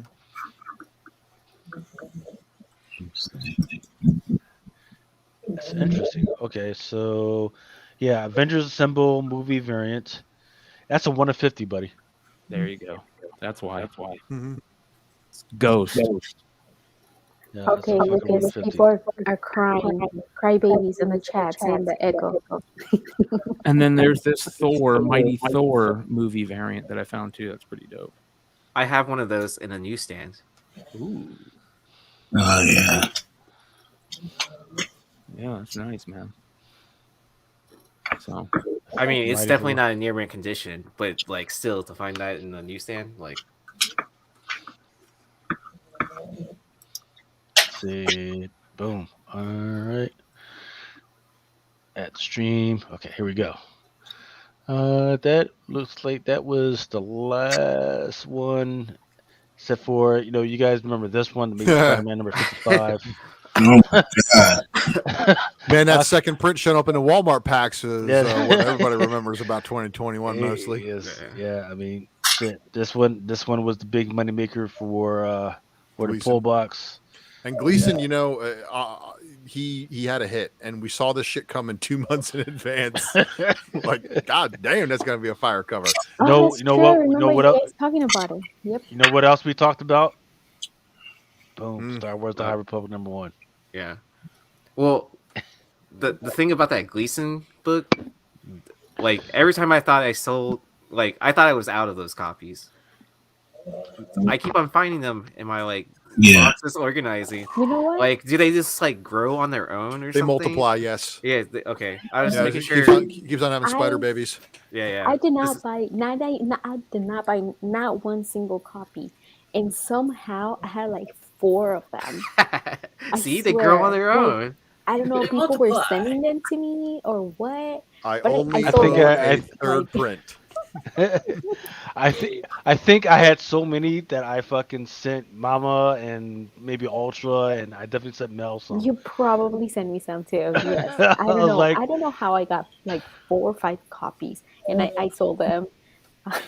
Maybe he said he was going to send them to each one of us, but send them all to you at once. Probably. Yeah, I know, right? If I was like, I I just need to unload these. yeah, if any of She you got guys like Brian, like I don't remember if I sent you any, but if you didn't get any, let me know and I will send.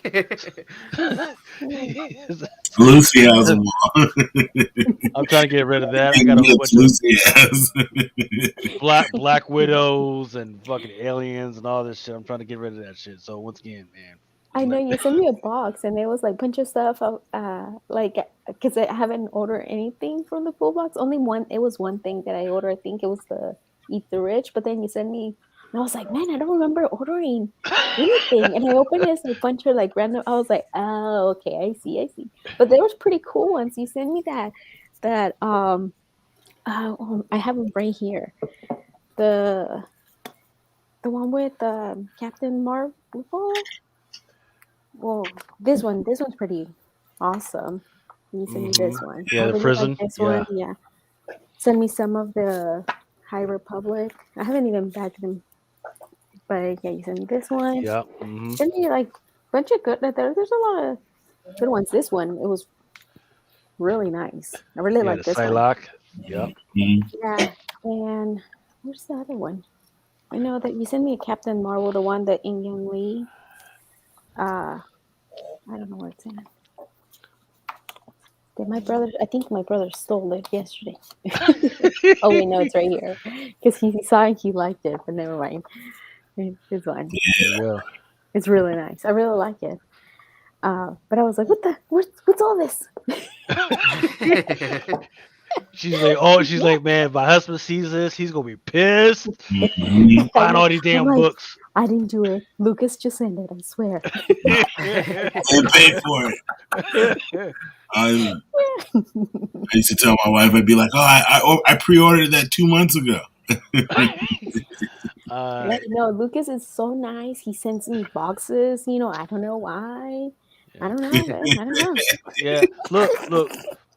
So for those that don't know how the pull box works, y'all buy stuff, and then if I got any shit that I can't that I want to get rid of, like they get me fucking posters and all this other shit. If I remember while I'm packing your fucking box, you're gonna get some random shit.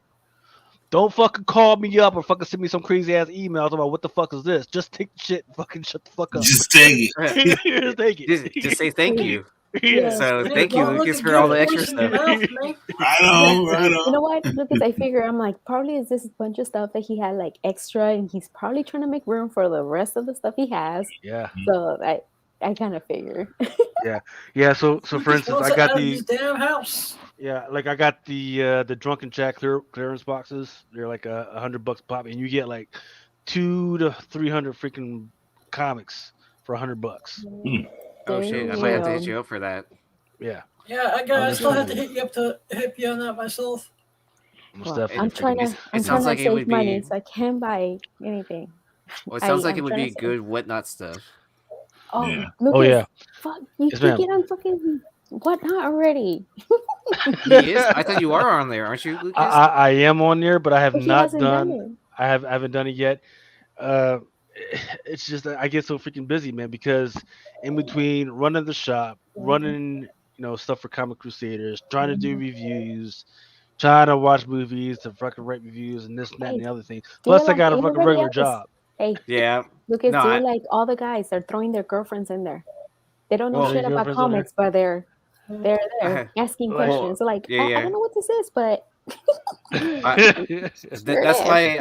that's why I sell comics only one day a week, because that's like the only free day I have to do comics. And I mean, it might be dumb to just do it late at night, but I feel like I'm hitting that QVC crowd that like I might I just have can- to hire somebody to do it for me, man. That's just not what I have to go, man. You guys remember this one? Taskmaster #3, the Shane Davis 125 variant. That was the first appearance of that. It was like the Korean Captain America. Takugi. dude. Yep. Yep. That book And was on fire. Shout out to Dennis Well- Underworld for his daring of that.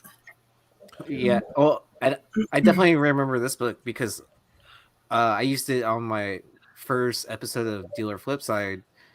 I compared this with Spider-Woman #9, the 1 in 25. Like, so at the beginning of the year to see like which book people would pick, and then like it was probably like half and half of everyone that was on the panel. I think Ultra. I think you were on that episode, weren't you? Maybe. But I do Yeah. know that I had this book and I flipped it.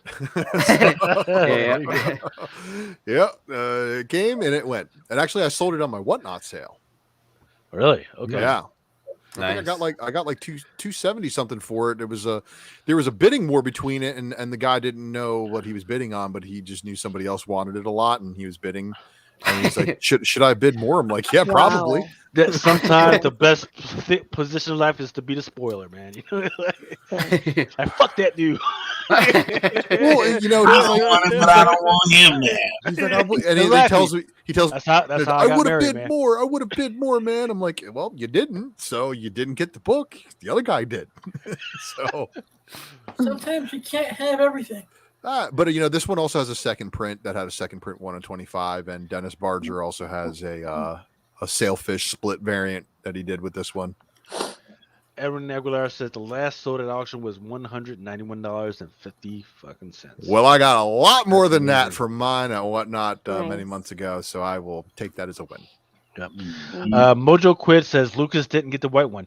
Yes, I did. So the white one was a second print, 1 in 25, I think, and I did get that one. I still got it, man. I This like cover, the cover. right? It was a great. Was it- What's that? It was a different. It was a black and white of the A cover. It was. Let's see. This one. Oh, okay. So that white cover, yeah, that white cover was the second print, 1 in 25. I did get that one because I just liked it. But then after that, they just started going crazy. They started putting out fucking red shit, Blue, purple shit. red, Yeah, I was like, green. yo, I gotta chill. Oh, that was when, and once again, it's still happening where people are all over the third or fourth and fucking fifth prints with the same art, and I'm not about it. I'm sorry, I just can't get. Look, if you want to give me a third or fourth print and it's got different art, I'll take a look at it. But if it's just the same fucking joint with just a little bit different colors, I'm sorry, I can't do it. Yeah, so that Taikugi guy, he ended up going with the Tiger Division, which was that team from the Black Cat Annual. That's where he ended up going to. And then there's this. Yeah. And I believe that Manic of New York, that was a male pick. That did pretty well. Dr. Afro 1 in 25, Gender Prison, that came out of nowhere. I like the Bartel one. Was that for issue 6? Yep. Yeah. Abbott #1. And then that's the King in Black joint that you were talking about, Aaron. Oh, okay. Yeah. I'm surprised that went back up in price again, which kind of surprised me. Yep. All right, to take us home, let's do some of the FOC stuff. Oh wait, Lucas, before you move into Yeah, go ahead. that, did you Yep. watch Cowboy Bebop the Netflix? Yes. I started watching it. Yeah, I'm on episode. We just finished episode 8. Oh, nice. What about Masters of the Universe Revelation Part 2? Anybody? Oh, No, that's when did not- that start? Part 2 came out earlier this week. I didn't know that. I didn't Yeah. even, no, I didn't I even know. just found out today. That is a fucking amazing cover. It is. I like it. Cowboy Bebop. This one is cover H. It's a 1 in 25. That's the art journal, right? Yes, Mhm. ma'am. Yeah. So that begins the question, right? So, for instance, on the top 10 with Brian, we actually talked about Cowboy Bebop by Tokyo Pop #1, and I forget the prices that we had for that one. Do you invest in that Tokyo Pop #1, or do you go ahead and go with this newer joint, which is probably more in line with the The show? Yeah, I think you still go with I think you go with both, actually. You know.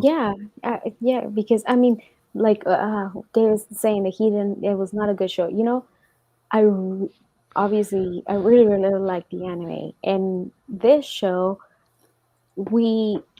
I just feel like it's obviously different. They changed stuff, but like it could stand alone on its own thing. You know, you don't have to kind of like compare it because I mean, obviously it's gonna be hard not to compare the show with the anime, but Yes. like now like it's well written. I really like it, and now we're starting to care for the characters, you know, for the show. And Sure. obviously there's some stuff that we don't like.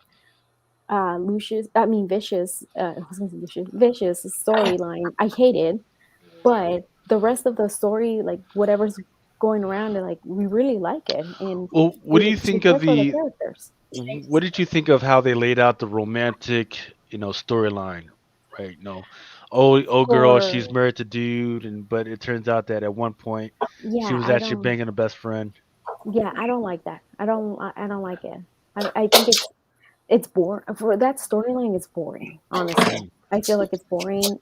We don't care for that. Like I don't care for that part. But Come on, come on, la telenovelas, right? I guess. They But they should no, they I probably like should have put it it. in the first. They should have put it in the first episode. You would have grabbed all the telenovela fans, and it would have been great. You know what? That Probably. when I started watching Walking Dead, the only reason why I really cared about Walking Dead is because the whole thing about Rick and his wife and her banging his best friend, his best friend. That's what I was like. I was like, oh shit, this is some real shit right here. Okay, Yeah, see, I didn't, and I never read Walking, so I think I would have been comparing it. You know, you can't help but to compare it. Yes. But then I understand, like, you know, there's they add with like some other stuff that it's not in the comic, and there's some that I'm like kind of like I don't mind it, you know. But I don't know. It's just I really like it. Other than the whole vicious thing, like I really like the show, and like I said, I think because it's well written and you actually care for the characters, just kind of like you care for the characters in the anime. But See, the true measure of an anime is if I still like it, but I apparently didn't pay attention to the dialogue because Colin C is saying Fisto apparently said I'd sure like to fist him. Yes, he did. and he's dead. Yeah, right. Yeah, man. Look, this is a Kevin Smith written Masters of the Universe. Did you guys expect there to not be a couple of those kinds of jokes in there? Are we talking about Masters of the Universe, or are we still talking about Cowboy Bebop? That was Well, Masters of the Universe. There's two conversations, like Yeah. I know on the show we're on talking the about Bebop, Cowboy, chat's and talking then- about Master Universe. Oh, Yeah. okay. I was not reading that. I was like, what? It's like I didn't catch that I line in missed it? Bebop. Yeah, I was like trying to. I'm like, wait a minute, what are we talking about here? Yeah, both Clamp Champ and Fisto met their untimely demises, unfortunately. Yeah. No, yeah. But on Cowboy, there's another thing that happened. I don't want to spoil it, but like, there's another thing that I was just kind of like, ugh. Yeah, people are mad Weird. about the season finale of that too, according to what I've seen online chatter. But fuck them. Yeah. Yeah. Joe 4771 says he thinks that it was good for people who don't read anime. or watched the anime? Or Well, it's definitely good for people who haven't watched the anime. yeah, yes, Because they decided that they were going to do their own thing on the TV show, but they were still going to pay homage to the original animated series. The Mhm. anime in was good kind ways. of it was kind of random. It was such a long storyline. You know what I mean? It was like it was Yeah. almost like a soap opera. Like you could pick up and you were Yeah. you could not have watched it for months or weeks, and you were still going to be like knowing what was happening. You know what I mean? And then in each episode on the anime, it has like a more heart feeling, like with the way they are. I don't know, like they're obviously bound in, what do they call them? They're cowboys, Yeah. like so Oh, they're like, bounty, yeah, for bounty people. hunters. Yeah, Yeah. so like, but then they kind of always help the person, and they don't. Each I don't know. episode was its own like Yeah, it's a heartfelt yeah, it was episode. like Moral a Yeah. whole or whatever. story. Yeah. Yes, yeah. It Compared didn't to have the like a shows, not linear really. timeline. It was just Mhm. kind of random stuff. Well, with Yeah. the Netflix series, I feel like they're still like setting up that universe into the live action. Like, I mean, I wasn't expecting a shot for shot recreation. Like, no Mhm. one should, because it's anime versus live action. Mhm. So I mean, I thought that they did it very tasteful, compared to like some of the other anime stuff that Yes. they've done in the past, where it just kind of butchers and you lose the entire meaning of it. Yeah, like the ship, the way they do the ship, everything like is just, I don't know. A lot of it I really really like, and then you get excited for the yeah, yeah my like the Vicious and Julia's relationship is just kind of dumb. I don't like that part. We kind of ignore it, or we get on our phones, or we get up and get water. We kind of ignore that part, to be honest.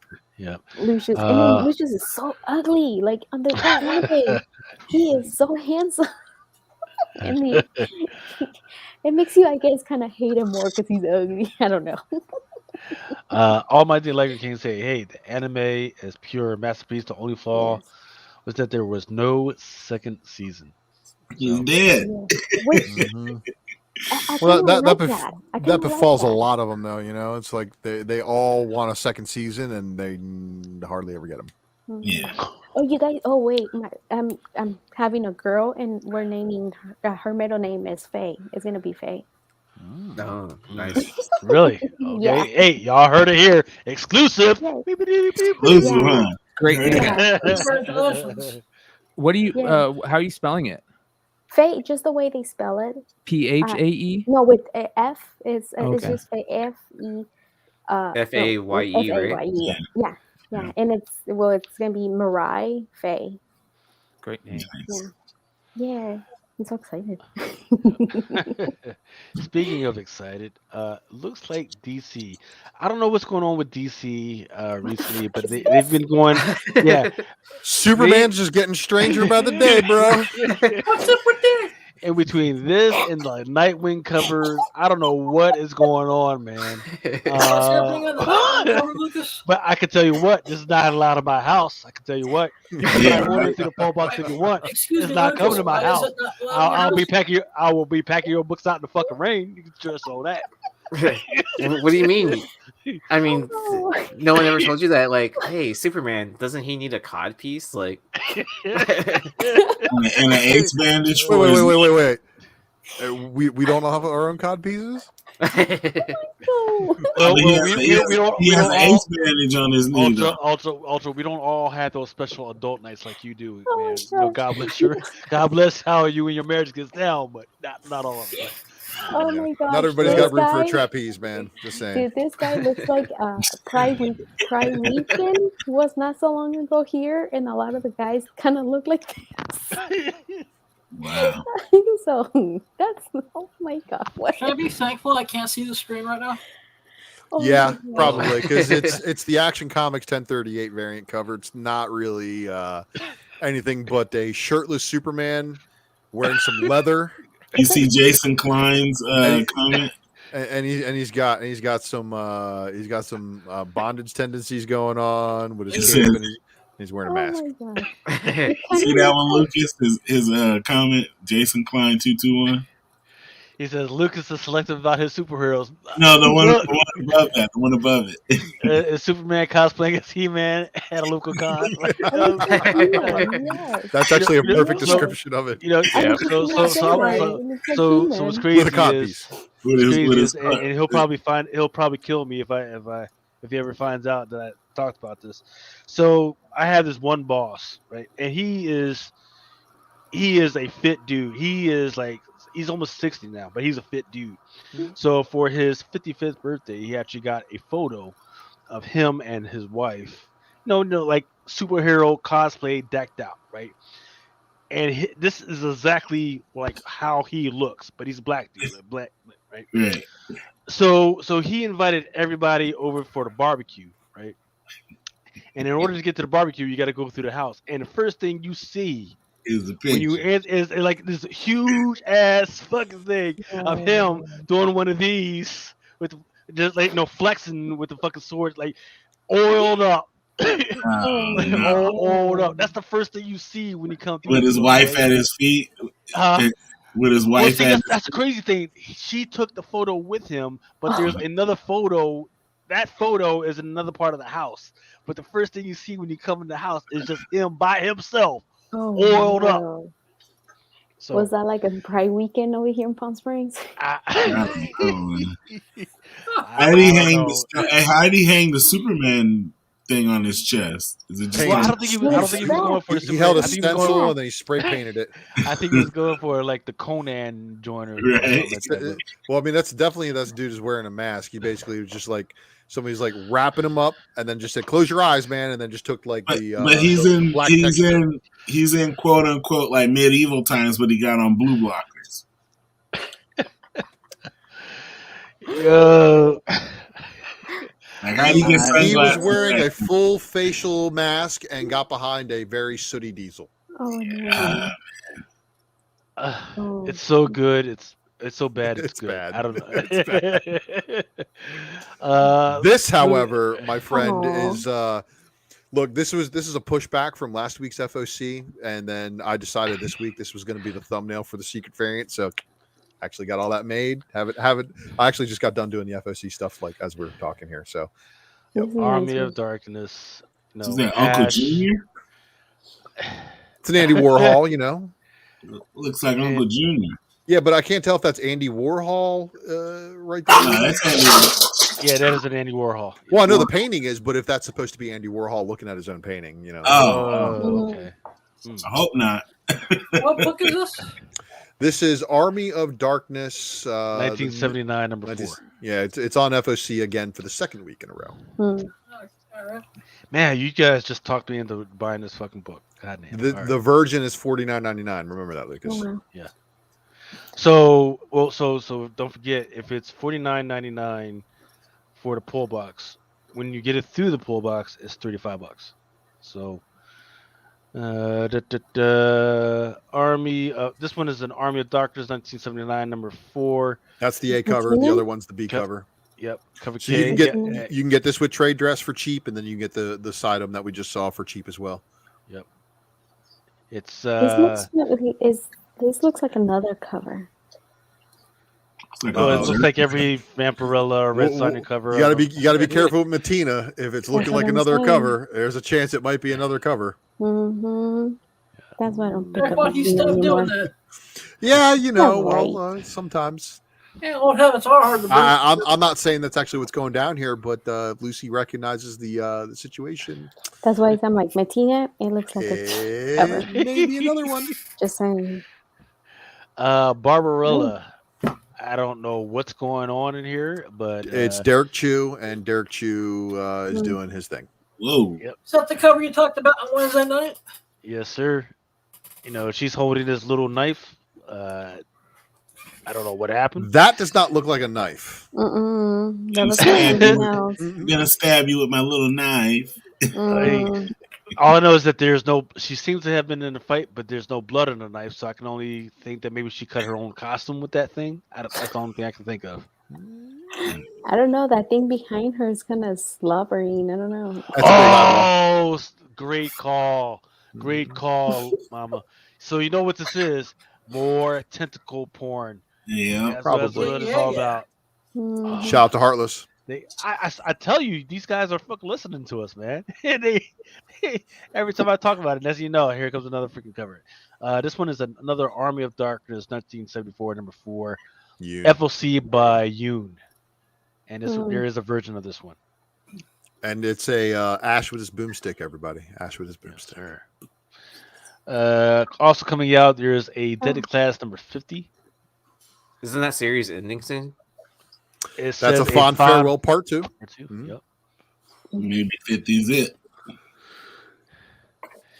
Here we go. Detective Comics 1046 cover B. Lee Bermejo. Mm. Delivers. You're I mean, he can phone it in as long as it looks like that every time he does. I don't care. You know. So what's the difference in between this one and this one? The cod piece? Yeah, and the other one, go back to the Batman. The other It's one round. is him actually, suiting up. He's taping up his hands. Mhm. That is a barred and battered Bruce Wayne. You know what I'm saying? Like that's what everybody knows to be underneath the cowl and the cape and everything is a beat the fuck up Bruce who's going out every weekend Mhm. or every night and doing that. We don't know what Superman does in his off time, but if he's going out dressed in that codpiece every night, I think other people would probably kind of be like taking notice of that, be like, "Hey man, what's up with the new costume?" High Voltage Mark weighs in and says, "Hey, I think I've seen that knife in my wife's drawer." Be careful. You wanna get There's stabbed. there's so many there's so many ways to take that. Like why does she have a knife? Is she cutting peaches and apples when she goes to bed at night? Yeah, Well, Or is she weird, ready to cut oddly you? shaped knife to cut some peaches, right? Look, man, look at the way Derek Chu has been drawing Barbarella on these last couple of covers. I mean,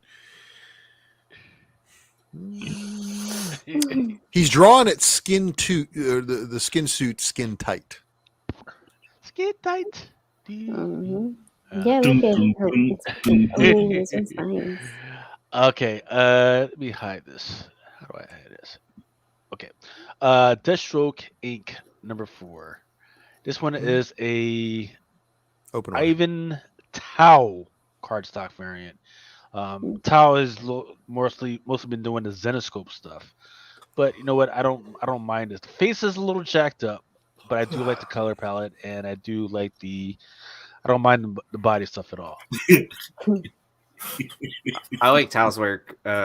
He was doing some store exclusives for Something Has Killed Me Children overseas, like from the UK. Really? Okay. Yeah. They probably should have taken Deathstroke out, but just left Canary in there. Mhm. Detective Comics 1046 cover C. This one is a 1 in 25. Is this George or who's this? So they have to do every. is Segovia. Oh. Steven So Segovia. So they have to do every angle of the McFarlane post, right? Yeah, exactly. That's what freaking I don't get it. Like this is just a normal pose, just normal whatever, nothing new. Wait. But this one is the open order. This one's a 1 in 25. Did you show any of the other Dynamite books, or was that it? No, that is not it. I've not. Once again, I didn't do slides. I just loaded up a whole bunch of photos. Okay. And Did you load up the homages that were on FOC for Dynamite this week? Let's see. They're horrible.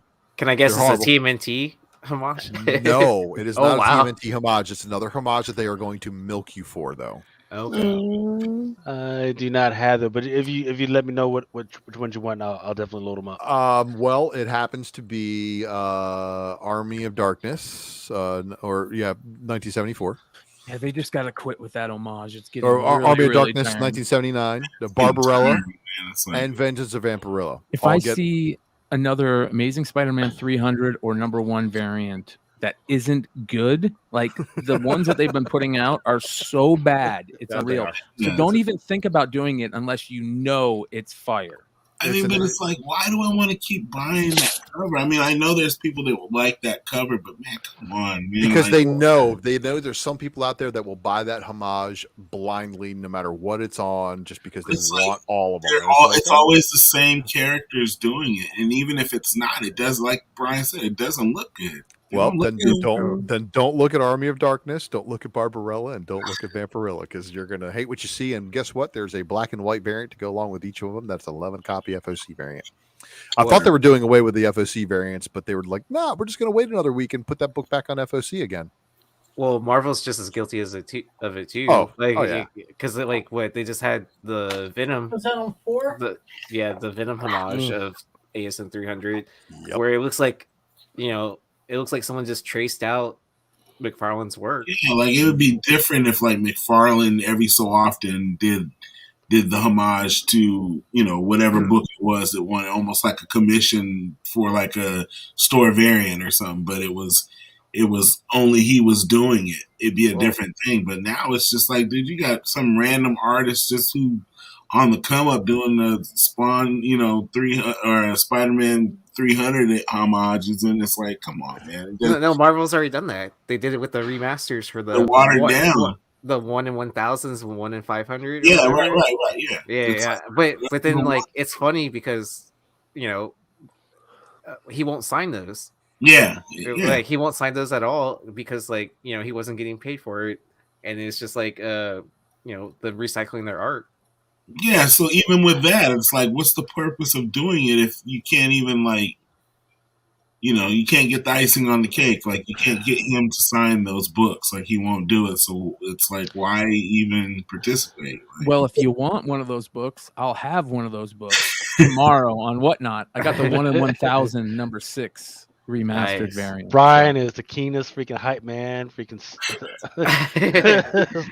Hey, I have to ask, did you pull it out of the Walmart pack? No, I didn't, but somebody pulled a 1 in 1000 Spectacular Spider-Man number 300 out of a Walmart pack on my Whatnot sale last week. Wow. Ooh, nice. Damn. Oh yeah, so I'm seeing what you're talking about, Ultra, with all these 300 freaking homages. What the fuck, man? That's fucking crazy. All right. Yeah, I shared them someplace else, and everybody was like, "God, why? No, please, no." Eat the Rich. Once again, I really like the story. Unfortunately, Ooh, I like I've only this. read the first 2, maybe 3 issues, but what I've read so far has been pretty good. I think it would be an interesting freaking, script. Depends on whether you're down with the cannibalism or not, but that's I mean, I'm down to read it. I'm not down to practice it. Yeah, Just- Yeah. not trying to get Ebola. or rickets. Oh, we've made it full circle now from the beginning of the show. So this one is a 1 to 10 by Tong, and then there's a 1 to 25. And it's funny. I think they're both. Oh, That's well. the A cover and the B cover with trade dress too. But the incentives are just without. This looks wrong. The whole thing looks wrong. So the less risque Derek Chew without the no, actually he's got the skin tight stuff on Harley. Both of them. Yeah, he has the other stuff that is like that too. And don't forget that there is a 1 to 25 Oh, that was by my girl, Ray. Washa Lynn. Oh, Yes. She was a newcomer to the community. I hyped her up. I told her she could do this, and she believed in herself. And I forget the name of her talent manager that actually made the phone calls because she is Korean, but she's been doing pretty good so far. Nice. Let's see, Hawkeye. No, that's a Blind Adam joint. Girl Scout Stone Ghost number 2. This one's a 1 to 25. Don't know why they think people want a 1 to 25 of this, but okay. that's ugly. I mean, the butterflies are cute, but the There rest you is go. ugly. There's another one of our Hellcops. So the Play Demon variants from Hellcop have been pretty funny, if you ask me. 20 questions Yeah. with Amy Winehouse. That's pretty funny. That's Too soon? crazy. Too soon? Not really. It's been kinda. years. I didn't think it was too soon. Yeah. Nah. It's just a little rough. Yeah. Hellcop 3 cover. Excuse me. Hellcop number 3 cover D. Believe it or not, even though it's a sketch joint, it is an open order. Really? Oh, that's Yeah. that's No, actually no, no, kinda no, no. No, that's the 1 in 50. There is an open order colorized version of that, and it is Wills Portacio and Todd McFarlane together, and Let's it's see. amazing. Hellcop. Yeah, because I I'm in the system right now. Hellcop Yeah. number 3 cover D. Portasio and McFarlane version. Mhm. There is no 1 in 50 annotated. They're not saying it's a 1 in 50, huh? Because preview said it was 1 in 50, or is an incentive. Yeah, so I'm gonna order that right now before they make that. Yeah. Yeah. Let me order. Is it- Go ahead. Let me order 10 of these motherfuckers. Excuse me while I take care of business, y'all. Yeah, but Wills Adjustment. Portacio honestly was one of my favorite artists back in the 90s when I was growing up. Yeah, it says it's for sale. He's got that one book with Fing Fang Foom called The Legion of Night. All right. It's a deluxe like edition book, and that's the book that like I read and I was like, whoa, this is like creepy stuff. I shouldn't be reading this at 11 years old, but I read it anyway. I'm gonna go ahead and read this though. House of Slaughter number 3 cover D. This one is a 1 in 25 by Del Adera. How's this one? I didn't even order number 1. Well, Is there's a there 1 a in, story? there's a 1 in 50 and a 1 in 175, I believe. Right. I need to read issue 2. Yeah. What did you think of issue number 1 though? I thought it was somewhat 'Cause- decent. Because I've seen some people they're a little disturbed by, and once again, it's assholes that give a fuck about anybody's sexual, whatever, like what they do between the sheets. But I do know there has been some people disturbed about the fact that the one dude is freaking gay and all the other stuff. Well, that's the character. It's not like it's not like everybody's complaining about Superman going that way. It's there. This is a new character that everybody knew was already that way, so it shouldn't be a surprise to people if you read the House of Slaughter books, Or even the recent issue. Yeah, because in Something Is Killing Kids, it definitely hints at that.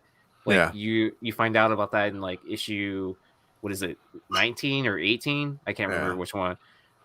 Where like some of the other white bandanas are picking on Aaron. So, because, he's a black mask. So he's a loner, just like Erica. So, you learn more about that origin story. And then, they poke fun of his sexuality in that. But then, like, the way that issue 1 ends, it's like kind of leaves you the cliffhanger.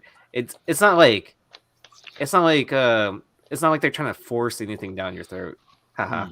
But but I mean, it's not like what DC is doing. So I thought it was more tastefully done, where it's based around the actual story of It's not his whole identity. In other words, this dude likes Exactly. killing fucking monsters, and that's what the characterization's all about. Yeah. Monster killing motherfuckers, man. Yeah.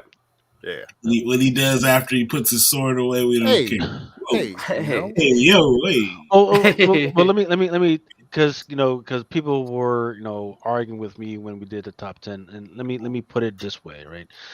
And normal romantic culture or romantic superhero or any type of hero thing, the beautiful lady is the trophy at the end of the day. I know it's sexist and masochist to say that, but that's the truth.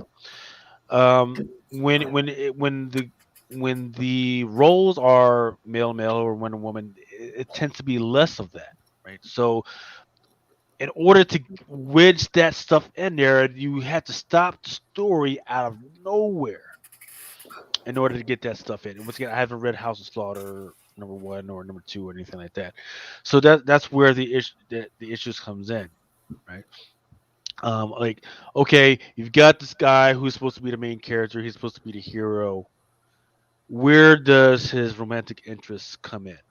Is he the trophy to be won, and for his admiration to be won at the end of the day? Or is he perhaps the dude that fucks up his life and makes him be a bad guy? They got to make him. They got to be clear on what the role is. Otherwise, you're just stopping the narrative. Just to stop the narrative. So basically the way it sets up, his partner is his roommate, and then like it leaves you with a cliffhanger at the end of the story, which I don't want to spoil it for anyone It's that been hasn't 2 read. months already. Oh, has it? Okay. Well, do you I might as well say it. Okay, so basically, his roommate, who they introduced in issue 1, he, they established that, Aaron's a black mask, and then his roommate's a white mask, because like a lot of white masks are females, and group hunters or whatever. So they pair them up in the same room, and then at the end of this issue 1, it says like, "Hey, the only man I ever loved, I'm going to murder him," or something like that, because of whatever reason that I guess you'll find out in issue 2 and 3 or whatever. So that goes down to the trope of the romantic interest at some point being victimized. So okay. Yeah. That's So I fine. thought that's why, why it wasn't like a forced story or anything like that. That it was like kind of like, yeah. Okay. I'll take a look at it. Okay. Let's see. And then let's go with House of Slaughter number 3. Also has a cover F1 to 75 variant edition by Walter. So Lucas, Walter. I can tell you got the information from last week, because that is the Infante 1 in 50. They just updated the artwork for the 1 in 75. Last week they were showing both the 1 in 50 artwork and the 1 in 75 artwork is the same, even though they had 2 different artist names. All right, let's take a look at it. Because I know that at some point when I looked at it, they had the same artwork. Let's see, 1 in 50. Okay, do I have the 1 in 75? Oh, here we go. So yep. So this one is the 1 in 50, and then this one right here is the 1 in 75. 1 in 50 crushes it. I haven't been liking these incentives for House of Slaughter. Like What's the only the- one. The 1 in 1000? You didn't like the 1 in 1000 number 1, bro? The Delato. I thought the one I like the 1 in 500 a little bit more. Me than too. the, I thought it looked way better. And then the Frozen 1 in 100. Of course.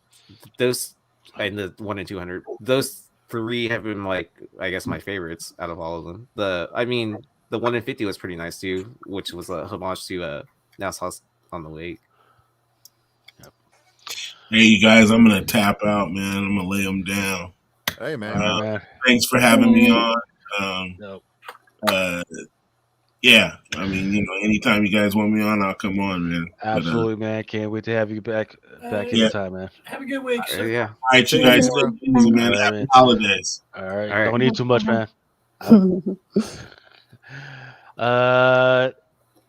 From Antarctic Press. Once again, what was it, like 2 or 3 years ago? They were on a roll, right?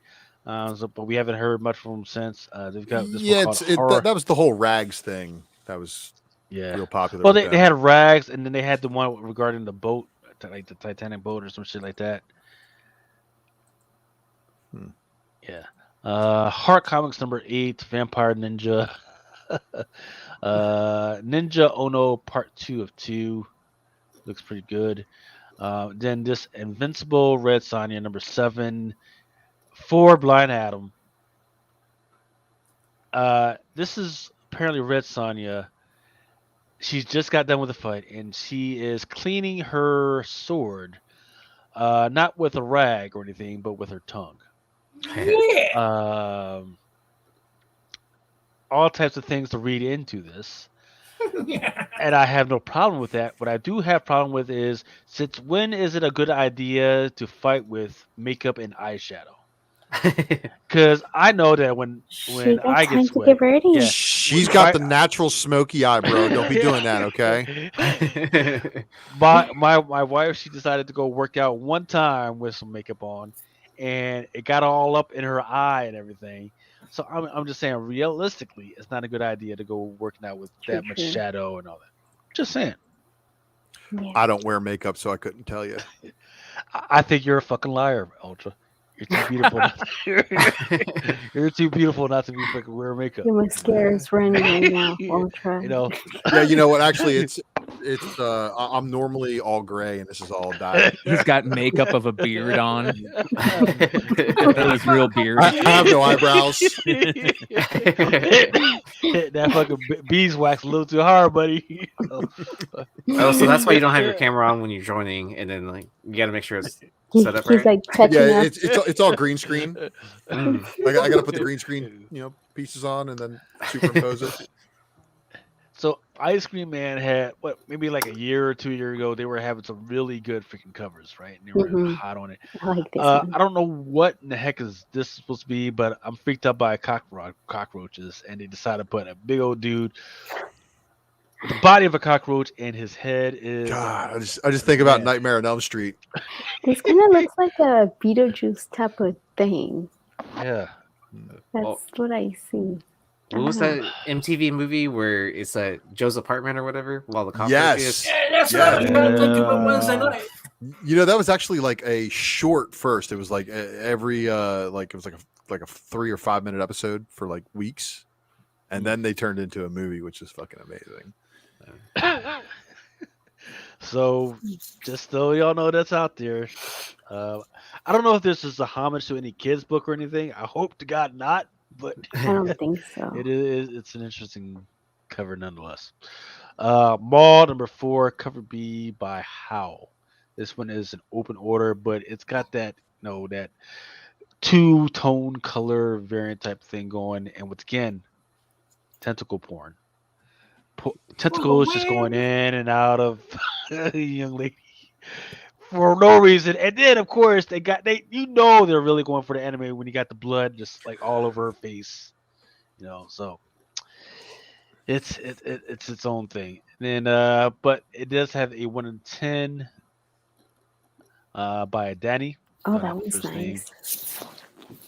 And Jason Klein actually have the Eon Flux DVD limited set that has Liquid TV episodes in it. Nita Hall's Nightmare blog. This is one of those. Hey, I'm looking at something, but the monster comes out of the freaking dark and fucking grabs me by the head. Oh hell no! I'm not gonna be able to sleep. Just kidding. It's like a koi. Oh yeah. Mall number 4 has a 1 in 25 by Christatina. Noctera special cover E 1 in 25. It's got the black silhouette. I don't know who the artist is. That's nice. Black Top Bill. Yeah. So and for those who are not tracking, I believe it was just released this week that Noctera is getting adopted by Netflix. So for those that have it in their freaking boxes, go ahead and pull that out and put those on right now. I don't have a lot of confidence in Netflix, but just the fact that you have it might be. Hey, let's go ahead and freaking get rid of it right now. Then there's a special cover C blackout, which is just some teeth. Radiant Black number 11, there's a cover C of 1 in 25. Back to DC, Robin number 9 has a cover C, which is a 1 in 25 by Cristal. I was wondering what you guys thought about this one, the Spawn number 325 with Ninja Spawn. I didn't know Mortal Kombat was including Ninja Spawn now. How you gonna chop some dude's head off and still grab him by the fucking neck? That's what I'm wondering. Like, what the Well, maybe he's already he just swung the sword by holding him, and this is the aftermath. You see, because the blood's still squirting out of his neck. Mm-hmm. That's just rude. Well, well, it's the Mandarin Spawn. He don't give a fuck. You gonna cut my head off and still grab me by the neck and just leave me there? A couple of those Mortal Kombat Spawn action figures with the axe. Yeah, it was probably a fatality. And I'm the only one who remembers Mortal Kombat Deception. Yes, you are. I don't know. Was that the RPG one? That's the one where he's like the Shujinko guy, where you start off as a young Shujinko, and you have to go through his lifetime, and then he turns into an old man, and then you finally unlock him in the game. Mm. So that was the one that was before Armageddon. Is that right? I don't know, but I got it behind me. It's for PlayStation 2. Nice. Yep. Stray Dogs #1, Dog Days. Yes, was there? Oh, I was gonna say that one, the variant. Yep, this one's a 1 to 50. But they don't have a cover B. They do. I just don't have all of them on there. No, because this one's because I was looking for because I did order this with you. Oh, this one is the cover B right here. The cover B is like a movie logo. Yep, movie poster. Yep. Oh, because I was trying, I couldn't find it on the previews, like to order it. I couldn't find it. I just saw cover A. Nope, there it is. This one's the cover B right here, and this one is the cover C. I believe I forget which one it is. Yeah, it's the C. A. Yeah, just if you guys need help ordering anything, just let me know like which one you want, and I'll figure it out. Okay, thanks. And there's also like 80 other choices to choose from. Oh gosh. Yep. You know everybody knows not to leave that on the table. Task Force Z #3, cover C, 1 in 25. It's weird and interesting at the same time. And then Transformers Shattered G, 1 in 10. So you could right now pre-order the figure for I think $100. If that goes along with this. Is this a new figure, new character? So no, here. Let me. Shattered Glass figures. Oh, stand by. Okay, so this is the only one that is sold out so far. Megatron Shattered Glass, and he's also appearing on the variant, the B variant for issue 5. I think that's also him on the A cover of issue 5, but the variant cover, the 1 in 10 incentive, is always related to the figure that's always associated to that issue. So the figure they were associated to that issue is the Jetfire figure, and he's big, so that's why he's like $100 figure. He's the most expensive of the Shattered Glass run. This is the only one again that is sold out. This Megatron Shattered Glass, if you see him at your stores, he's selling for a lot of money. Okay. What do you think? Walmart, Target? No, because you had to order them from Hasbro directly, and it's only going to be people who have previews catalogs who are able to do that one because it also came with a comic book. Okay. So if you order them, and I'm trying to look for my copies right now. There you go. If you order them directly, you're going to get the foil version of the Transformer Shattered Glass variant, and it's going to say RE on it for retail exclusive. And there's one comic book that's associated with each of the figures. Okay. All right. So are you saying get this or no, don't get it? All right. So I'm not buying the current Transformers run because there's a lot of things about it that I don't like, but this I'm definitely buying the 5-issue miniseries, and I'm getting all the covers. And if I had another, I think $390, I can pre-order all the rest of the figures in the comics. 2 copies of each. Okay. I know it's a lot. Yeah. Christmas, birthday. Transformers Beast Wars 1 in 10 by Chi. Meh. His name's Rat Trap. Everybody. Is that a new character? No. Okay. But he's a favorite of some people if you like Beast Wars. Twisted Haunted High On's Curse variant. On's Curse of Green Book, #2, cover B. Then there's the Vengeance of Vampirilla. There are many different freaking variants by Perillo, including a limited version. White #6. Again, that's probably going to be allocated to 2,500, probably 2 per store. You can't. Good luck on ordering that one right now because if you didn't have your orders in initially, you're probably not going to get it. Here is the Vengeance of Emperor homage to Spider-Man 300. That is an ugly ass Yay. cover. Her My face. goodness. What's up with her The face? Barbarella and the Bruce Campbell aren't much better. I promise you. Yep. See, told you. Ooh, Jesus. And I don't have the other one. I just have this same one, but So just like the TMNT homages, they're going to do an 11 copy FSC black and white variant of each one of those. So is Dynamite still not aware of the paper shortage? They're causing it. No, They don't They care. didn't get the memo. my goodness. I But- honestly never check Dynamite anymore for whatever they're gonna come out because it's like 20 issues of the same thing. You know how much easier production would be for my two shows if I didn't have to cover Dynamite books? Just show Good one God. cover, and there's like a billion different. There's variants. 20 of each. Well, 20 of yours this should- one, 20 of this one. This week yours should be easy, right? No Marvel books, right? Well, no Marvel books, and they pushed back a couple of Dynamite books and reused them for a second week. So, Yep. and Image and Boom. Actually, everything from Boom is carryover from last week's FOC as well. Well, Brian, when's the next time we're going to see you, brother? Tomorrow I will be on Whatnot at 2:30 p.m. Eastern, doing a ton of Marvel variants and keys, modern stuff. Then I will be doing Saturday night Modern Comic Mayhem on the Flipside channel. And then Sunday at around 6 p.m. ish, maybe 5 p.m. to 6 p.m. I'll be doing starting off with Star Wars Sunday on Whatnot. I'll be selling a ton of modern Star Wars variants and a ton of cool modern books, Star Wars books. And then we will have a market report on Sunday night. And then, of course, Monday, flagship show on Flipside.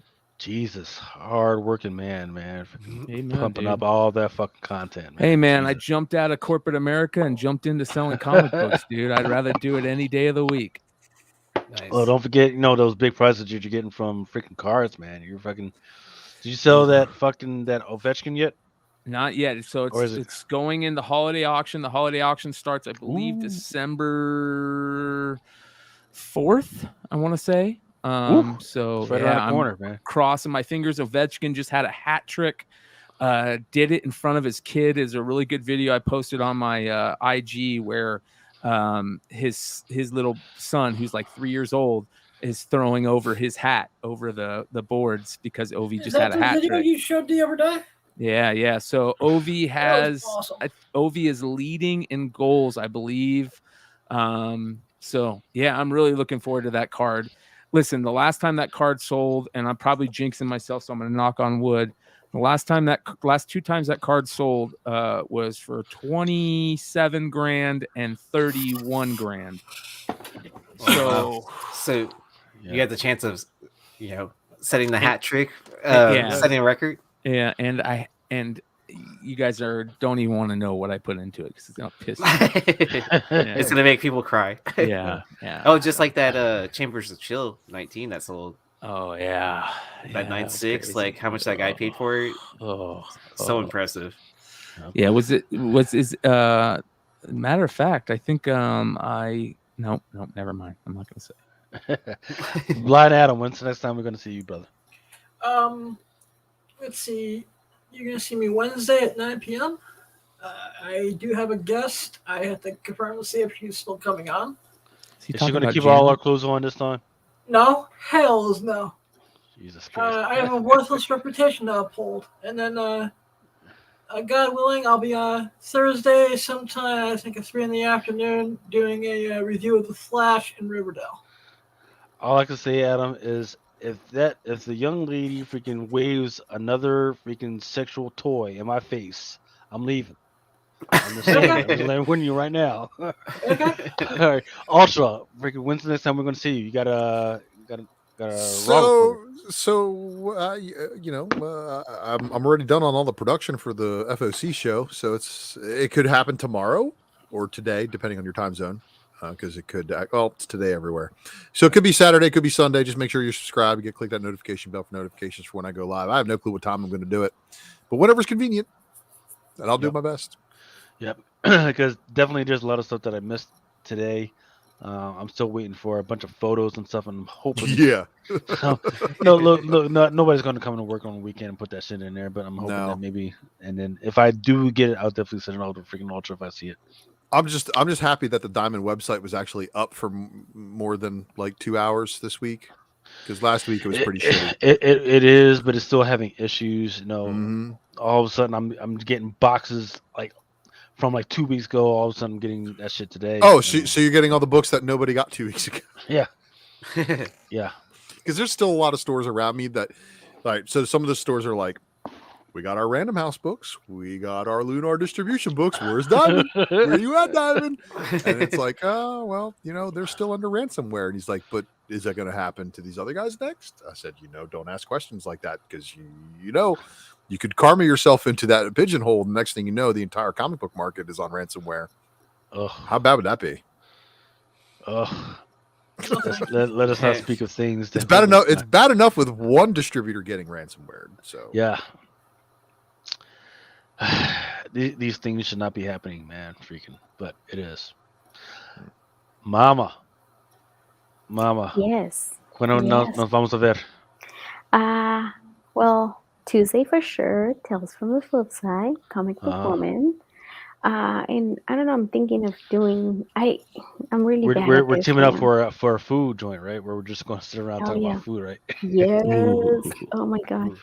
I actually, when we were talking about food after I got up and I had to get like cereal. Cereal. Hungry. So I thought you were saying, I got some tamales, some pozole. Everybody's sleeping. I can't make noise, so I just got some cereal real quick. She has like a turkey leg, actually. So that would be awesome. That would be so cool. She's just chomping on a leg. Hey, she's allowed to do that, okay? Yeah, exactly. Right now, yes. Yeah. But so Comic Book Woman, and maybe I'll have another auction on Sunday, whatnot. I really need to make that money because I want to have a badass baby shower. So hell yeah. So wait, have you Yeah. registered anywhere yet? Yes. So that Yeah, the I comic book did. community can Aw. get on this. I'll share with you guys soon. I did Amazon and Target. I'm still kind of going through it, but I'll let you guys know. Thanks, that's awesome. I know I was talking to Mel. He was saying maybe we can do something. I don't know, like together, do I don't know something like an online baby shower. A virtual shower. Yeah. You definitely got to do that. But yeah, no, because I was thinking, but then, man, like I was on the group chat, I was saying that I wanted to sell this one. And Too early. in this one, I know right now it's going down like crazy. I can't believe it. And it's a 9.6. I don't have it in 9.8. It'll go back up. But I'm like, damn, I think I'm gonna hang on a little bit because it's super low right now. But this one, I can't really find a price for this one. I see the other ones, but not the signed one. But I don't know. We'll see. I might add it. I don't know. But maybe Sunday I'll do a little auction, a small one. Yeah, we can't wait. Ultra, when are we gonna have a I guess they went one of the old joints where you used to take like at least 10 to 15 minutes of a spec matrix. Yeah, that's hours upon hours of preparation and research that I was able to do at that point. And right now I'm going to a lot of doctor's appointments and all that shit going on, trying to maintain my family and stuff. So Man. So season five is the best bet.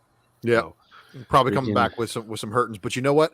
I've really got to basically like go back to all the other ones that I've done on this channel, because there's people like, you did one on this topic. I'm like, yeah.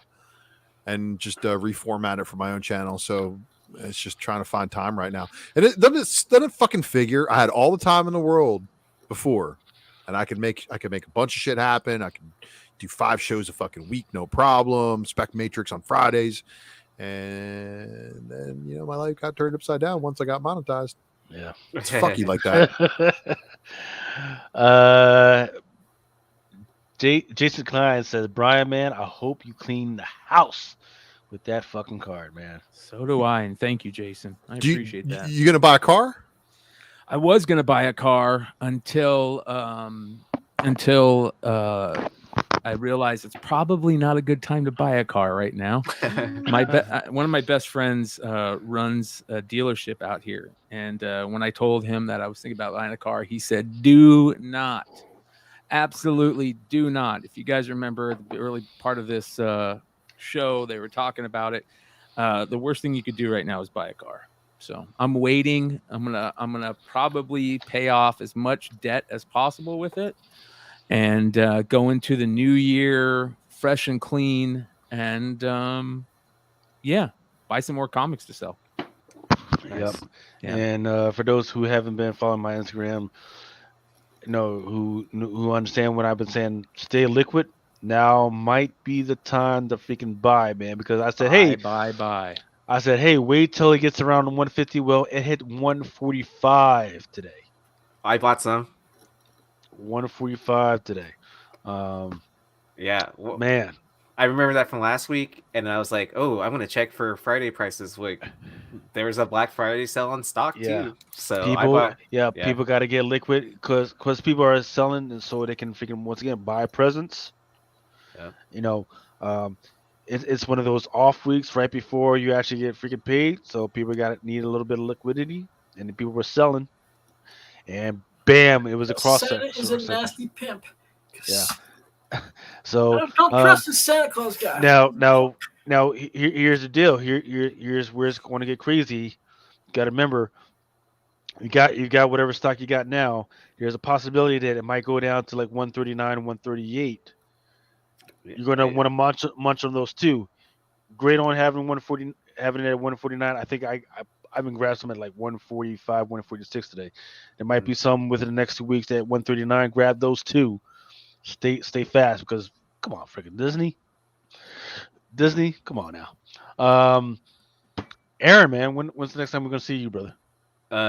So Sunday, I will be doing a Whatnot sale on.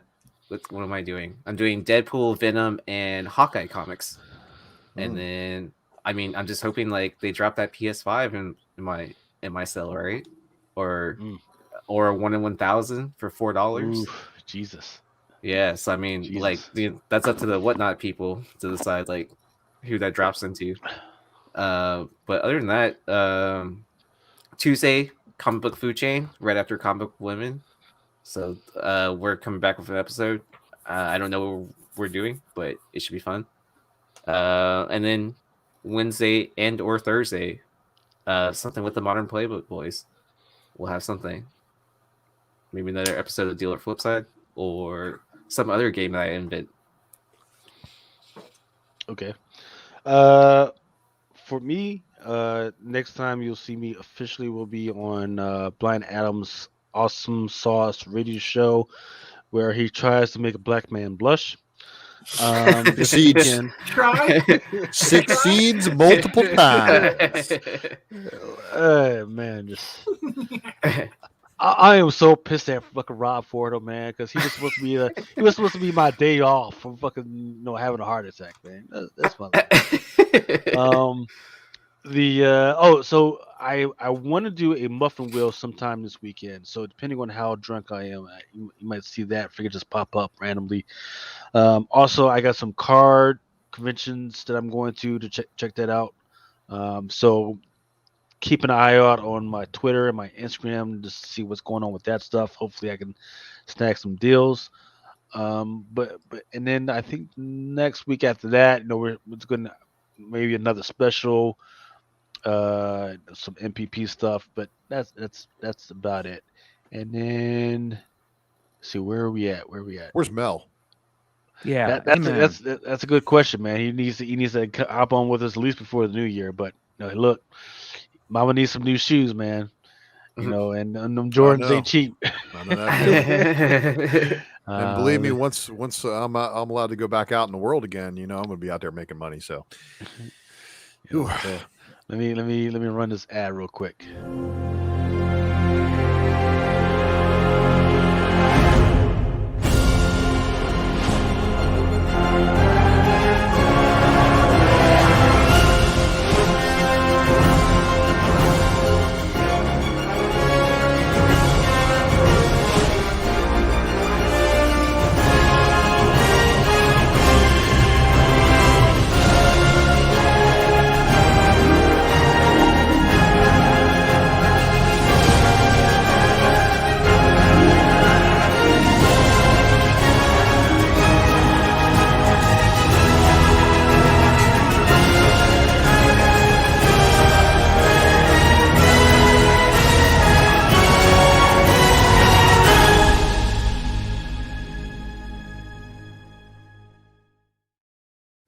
So that was Bob O'Mac in the Crisis in the 20th and I don't advocate verbally abusing podcasters. However, I do advocate verbally abusing him because look, there's a lot of toys out there that he should be reviewing, but he hasn't been doing enough content. So go ahead and pop over and cuss his ass out because he's good at it. He just needs to do more, right? But that is all we got. We went a little bit longer than I wanted to, but I do think we did some good stuff. And once again, I appreciate y'all, and I hope y'all have a good Thanksgiving. Definitely freaking enjoy what y'all are getting into. Just don't end up in the hospital with freaking gastritis and all that other stuff, man. Freaking no, pop some Pepto Bismol in the water. No, freaking drink some water before you freaking get full up on all that other shit, man. But once again, love y'all. Thanks for hanging out with us.